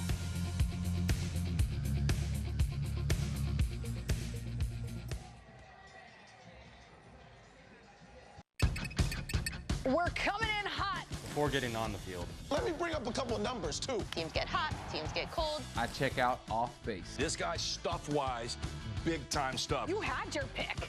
Off Base, only on MLB Network. Performance. He is locked in. Passion. There's nobody more important than him. Teamwork. Working together is key. Get inside the game with MLB Tonight. Blanco does it! Throws a no-hitter! Bringing you breakdowns, highlights, and live look-ins to the big moments as they happen. But that was the MVP of the game right there. MLB Tonight. Inside the game all season long. Boom! And how fun is this show? Only on MLB Network.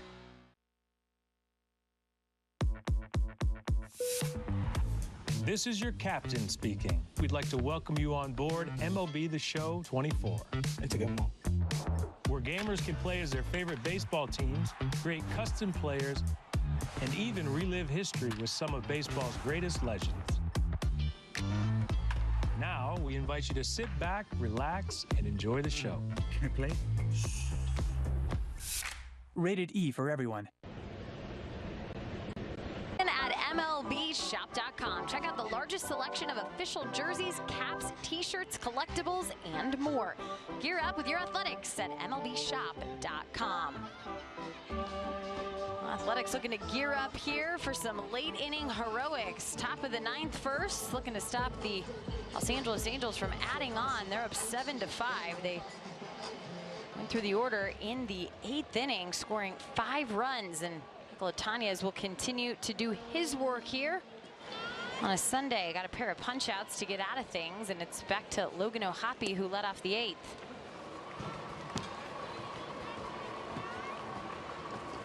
That was an outpouring of offense in that 8th inning for the Halos. Started with a single from O'Hoppe, and he's going to do that again.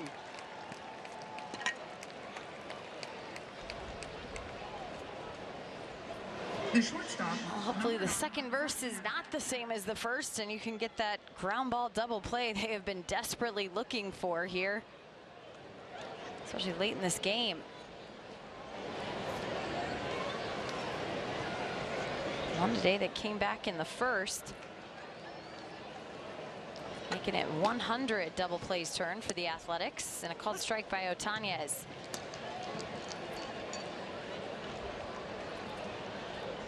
Zach Neto 2 for 4 today, a couple of singles, scored a run.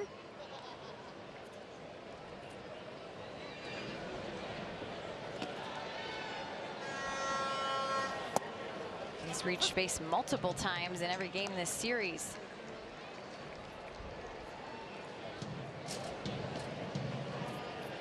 A player the Angels are really looking to build around. Well, then I think Otañez right now trying to attack Neto. Understanding I do not want to give this guy an extended look. Start to get deeper into the at-bat. He gets a pretty good idea of what you're featuring. He becomes tougher and tougher to put away. 0-2 in the dirt. And there's Carlos Estes, their closer, warming up.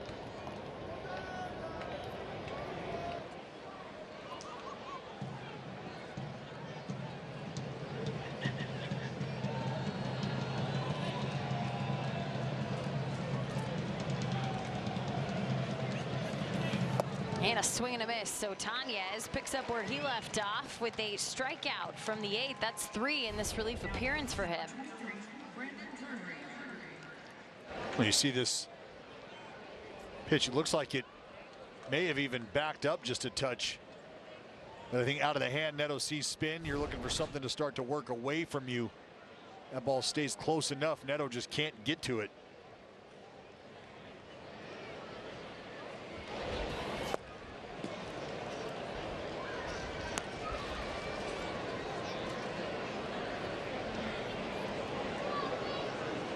Drury here with 1 out. Started the game at first, has moved over to second.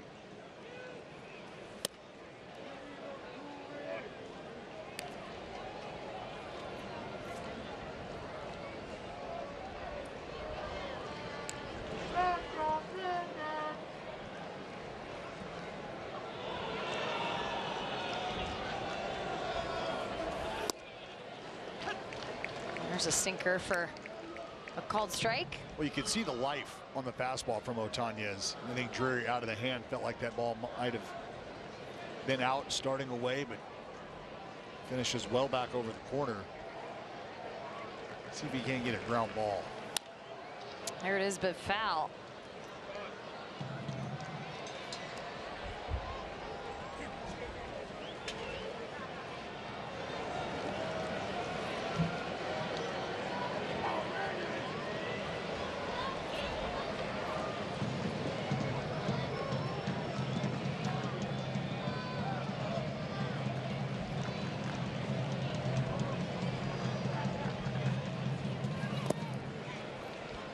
Count here.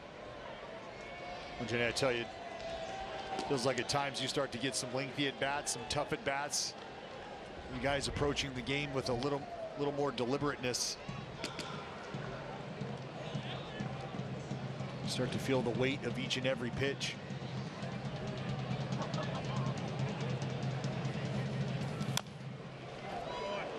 You can see Drury just fighting.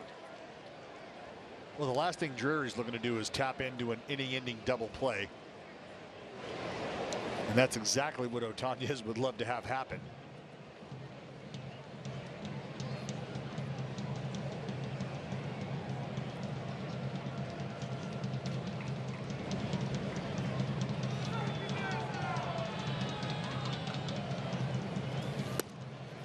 And Otañez can't catch the corner, a close call. But home plate umpire and Carlos Torres favors the hitter. 2 on now and 1 out. Well, it does not miss by a whole lot. I mean, maybe a ½ inch. If you're Otañez, definitely a pitch you would like to get. Seen some close calls come into play, including against this batter in Joe Adell. 1 for 3, and he walked in the 8th, walked in a run with bases loaded.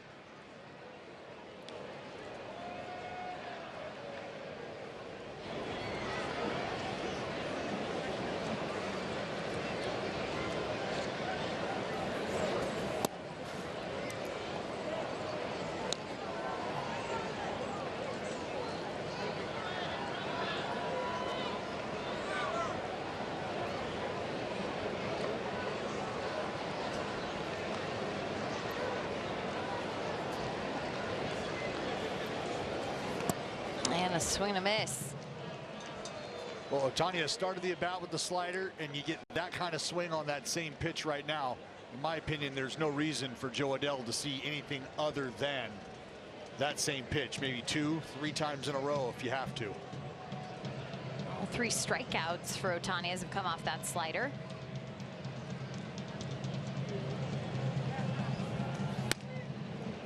And he went to the heated 99 but high. Well, if that's an effort just to speed him up, good chance you got 2 more sliders coming here.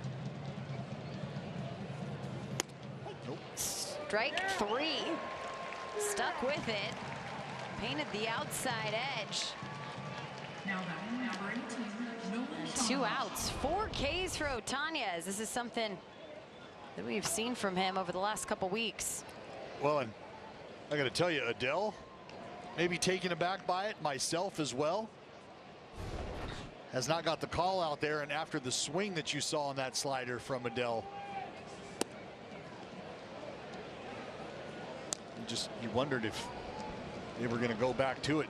Maybe a fastball giving him a chance, but painted it away, locked him up. Adell couldn't make a move. Here's the 1-0 to Nolan Shawnuel.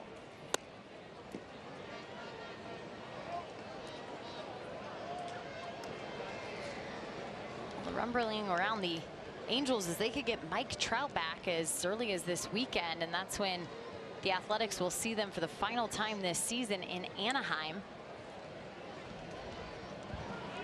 It's a big piece to their puzzle of what they're going to do in terms of moves, their future. You talk about the youth movement, but keeping Mike Trout on the field and healthy has been something that's been a hard time for them. Yeah, I think maybe, if anything, just having Mike Trout back, I think sets an example for the other guys in this clubhouse. 2-1 for Shawnuel, and a diving stop by Seth Brown, but nowhere to go. Ohtani didn't break for the bag, and now you have bases loaded.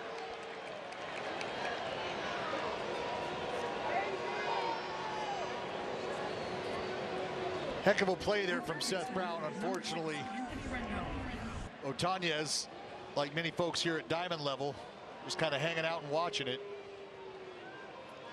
Realized a little too late. I got to get over there. I've got to make a play.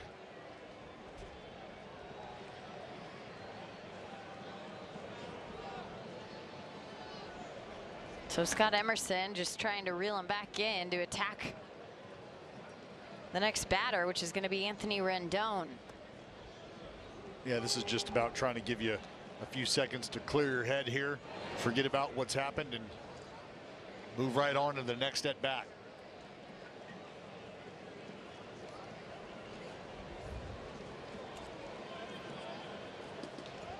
For the Athletics defense, they feel like they have been in the field for a long time today. It's been a lot of traffic here. There's been a lot of traffic the last couple of innings. Again, a position they just haven't been in as of late.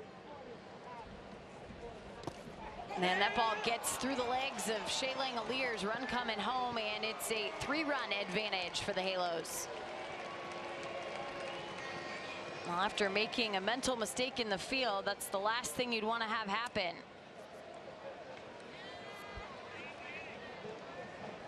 Jenny, that's what those mound meetings are for, to try to give you just those few seconds you need to snap yourself back into reality here.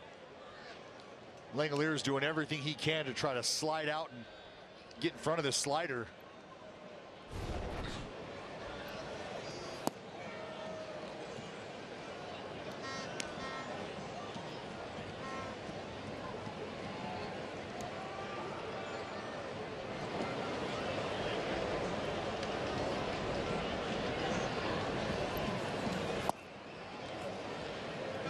Now 3-0 to Anthony Rendon.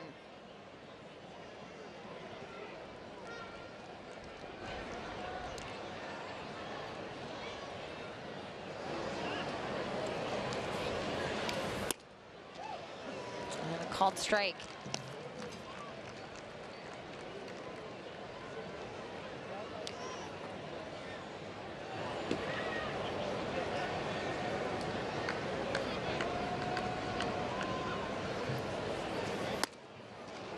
And another as Anthony Rendon started to head down towards first.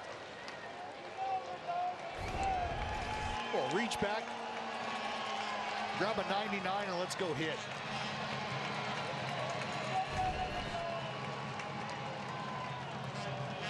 Here's the full count. And strike 3. So Tanya is able to walk off the field with a couple left on, but one more added, and the 3-run lead for Carlos Estes in the top of the order for the A's.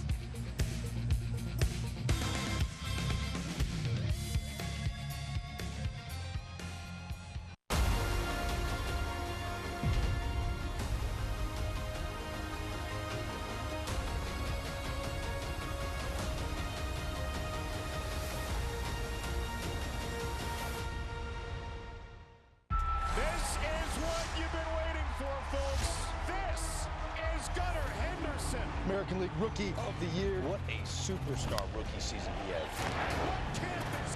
One of the best all-around players. You better be really good at what you do if you're going to be called Gunner. Out of here! Gunner Henderson's season is in full effect. Gunner Henderson's my shortstop. This dude, absolute animal. Show him who you are, kid. Show him who you are.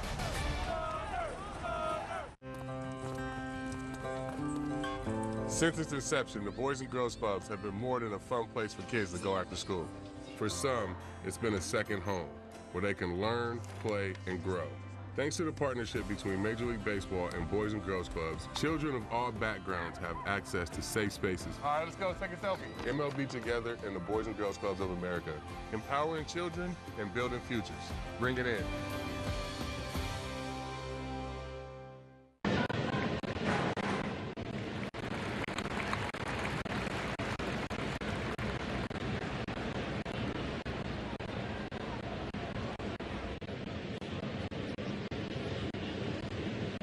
Going to be Lawrence Butler, Miguel Andujar, and J.J. Bleday. And the good news is the top of this order has been producing today against the Angels. All 8 of their hits coming from the 1 through 5 hitters. 8 for 16 combined, and now a chance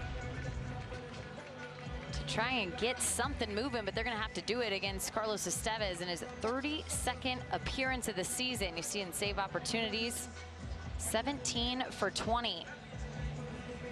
Well, Jenny, we are talking about a very tough customer at the back end of this Halo bullpen. See the 15-inning scoreless streak. Feels like something has to give at some point in time. First appearance for Carlos here in the second half after the All-Star break. Something he was a part of last year. And there's a called strike. Well, there it is. Hitting 500 at the top of the order. Feels like you should be able to get some traffic here.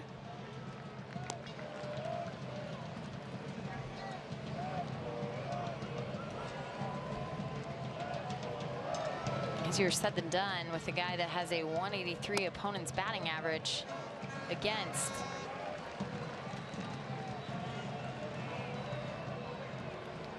Butler worked to walk to start the game. A couple hits for him, scored 2 runs.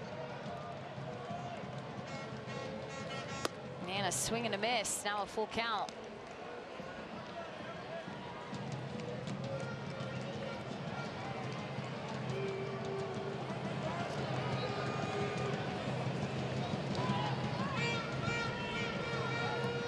Hit streak for Butler extended to 4 games today. See J.J. Bleday on deck, also with a 4-game hit streak, in the hole. Butler hanging in there.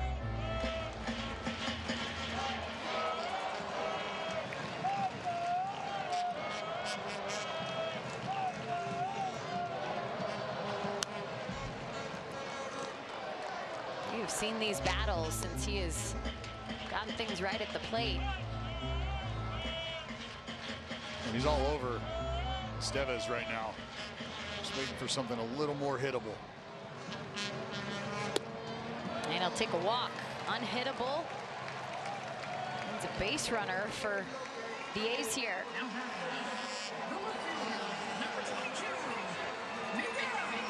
Just the 5th walk allowed by Carlos Estes this season. Miguel Andujar, probably not the guy the Angels want to see at the plate. He is 8 for 12 this series. Includes another 3-hit day today, and that batting average for the season back over 300.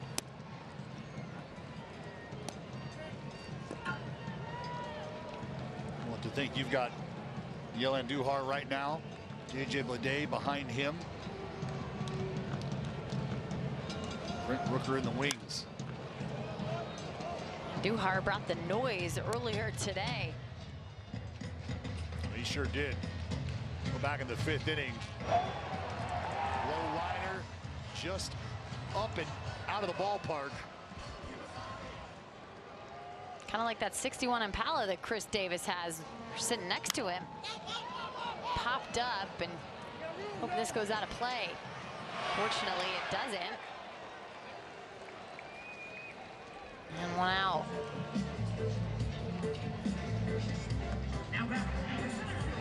Frustrating at bat for Miguel Andujar.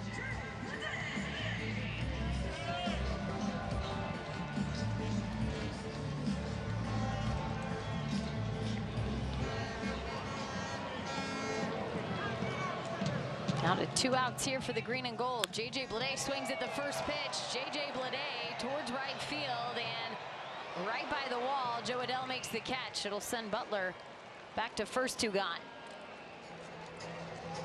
Well, he gave it a ride, gave the Halos a scare.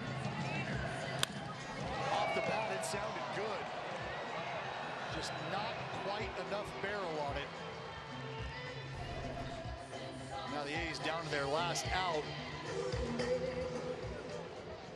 But what I feel is probably their best chance right now.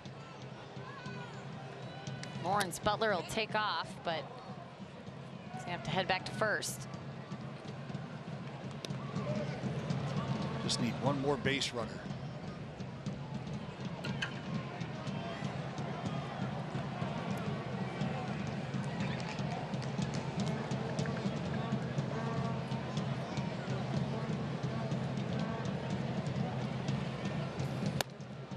It's high, and Lawrence Butler will be on second. Defensive indifference. Here with 2 outs in the 9th.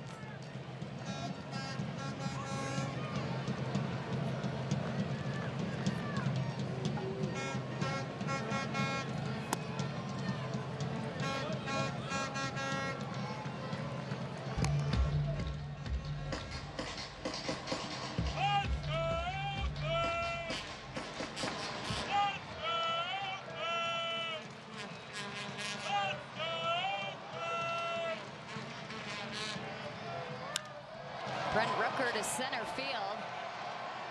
And the ball's gonna die right at the edge of the grass. Well, the Angels salvage a game here at the Coliseum. The only win they've had here in the 2024 season. These 2 teams will meet up again for a 4-game set in Anaheim starting on Thursday. But up next here in Oakland, the Houston Astros will come to town as the homestand continues. An 8-5 loss here today in Dallas. Frustrating that it came with some pretty big innings late in the game. Yeah, it feels like the A's did a really good job, I think, throughout the majority of the ball game. Unfortunately, it was the 8th inning where the first 5 runners for the Halos would reach base. Obviously, a few more would come around and score. That 5-run 8th inning would be what did the Athletics in. But Jenny, you still take 2 out of 3 from the Halos, and I think that is something that's got to put a smile on your face. Back-to-back series wins for the Oakland Athletics. They lose today, 8-5, the final this Sunday. Stay tuned right here on NBC Sports California as the Toyota A's post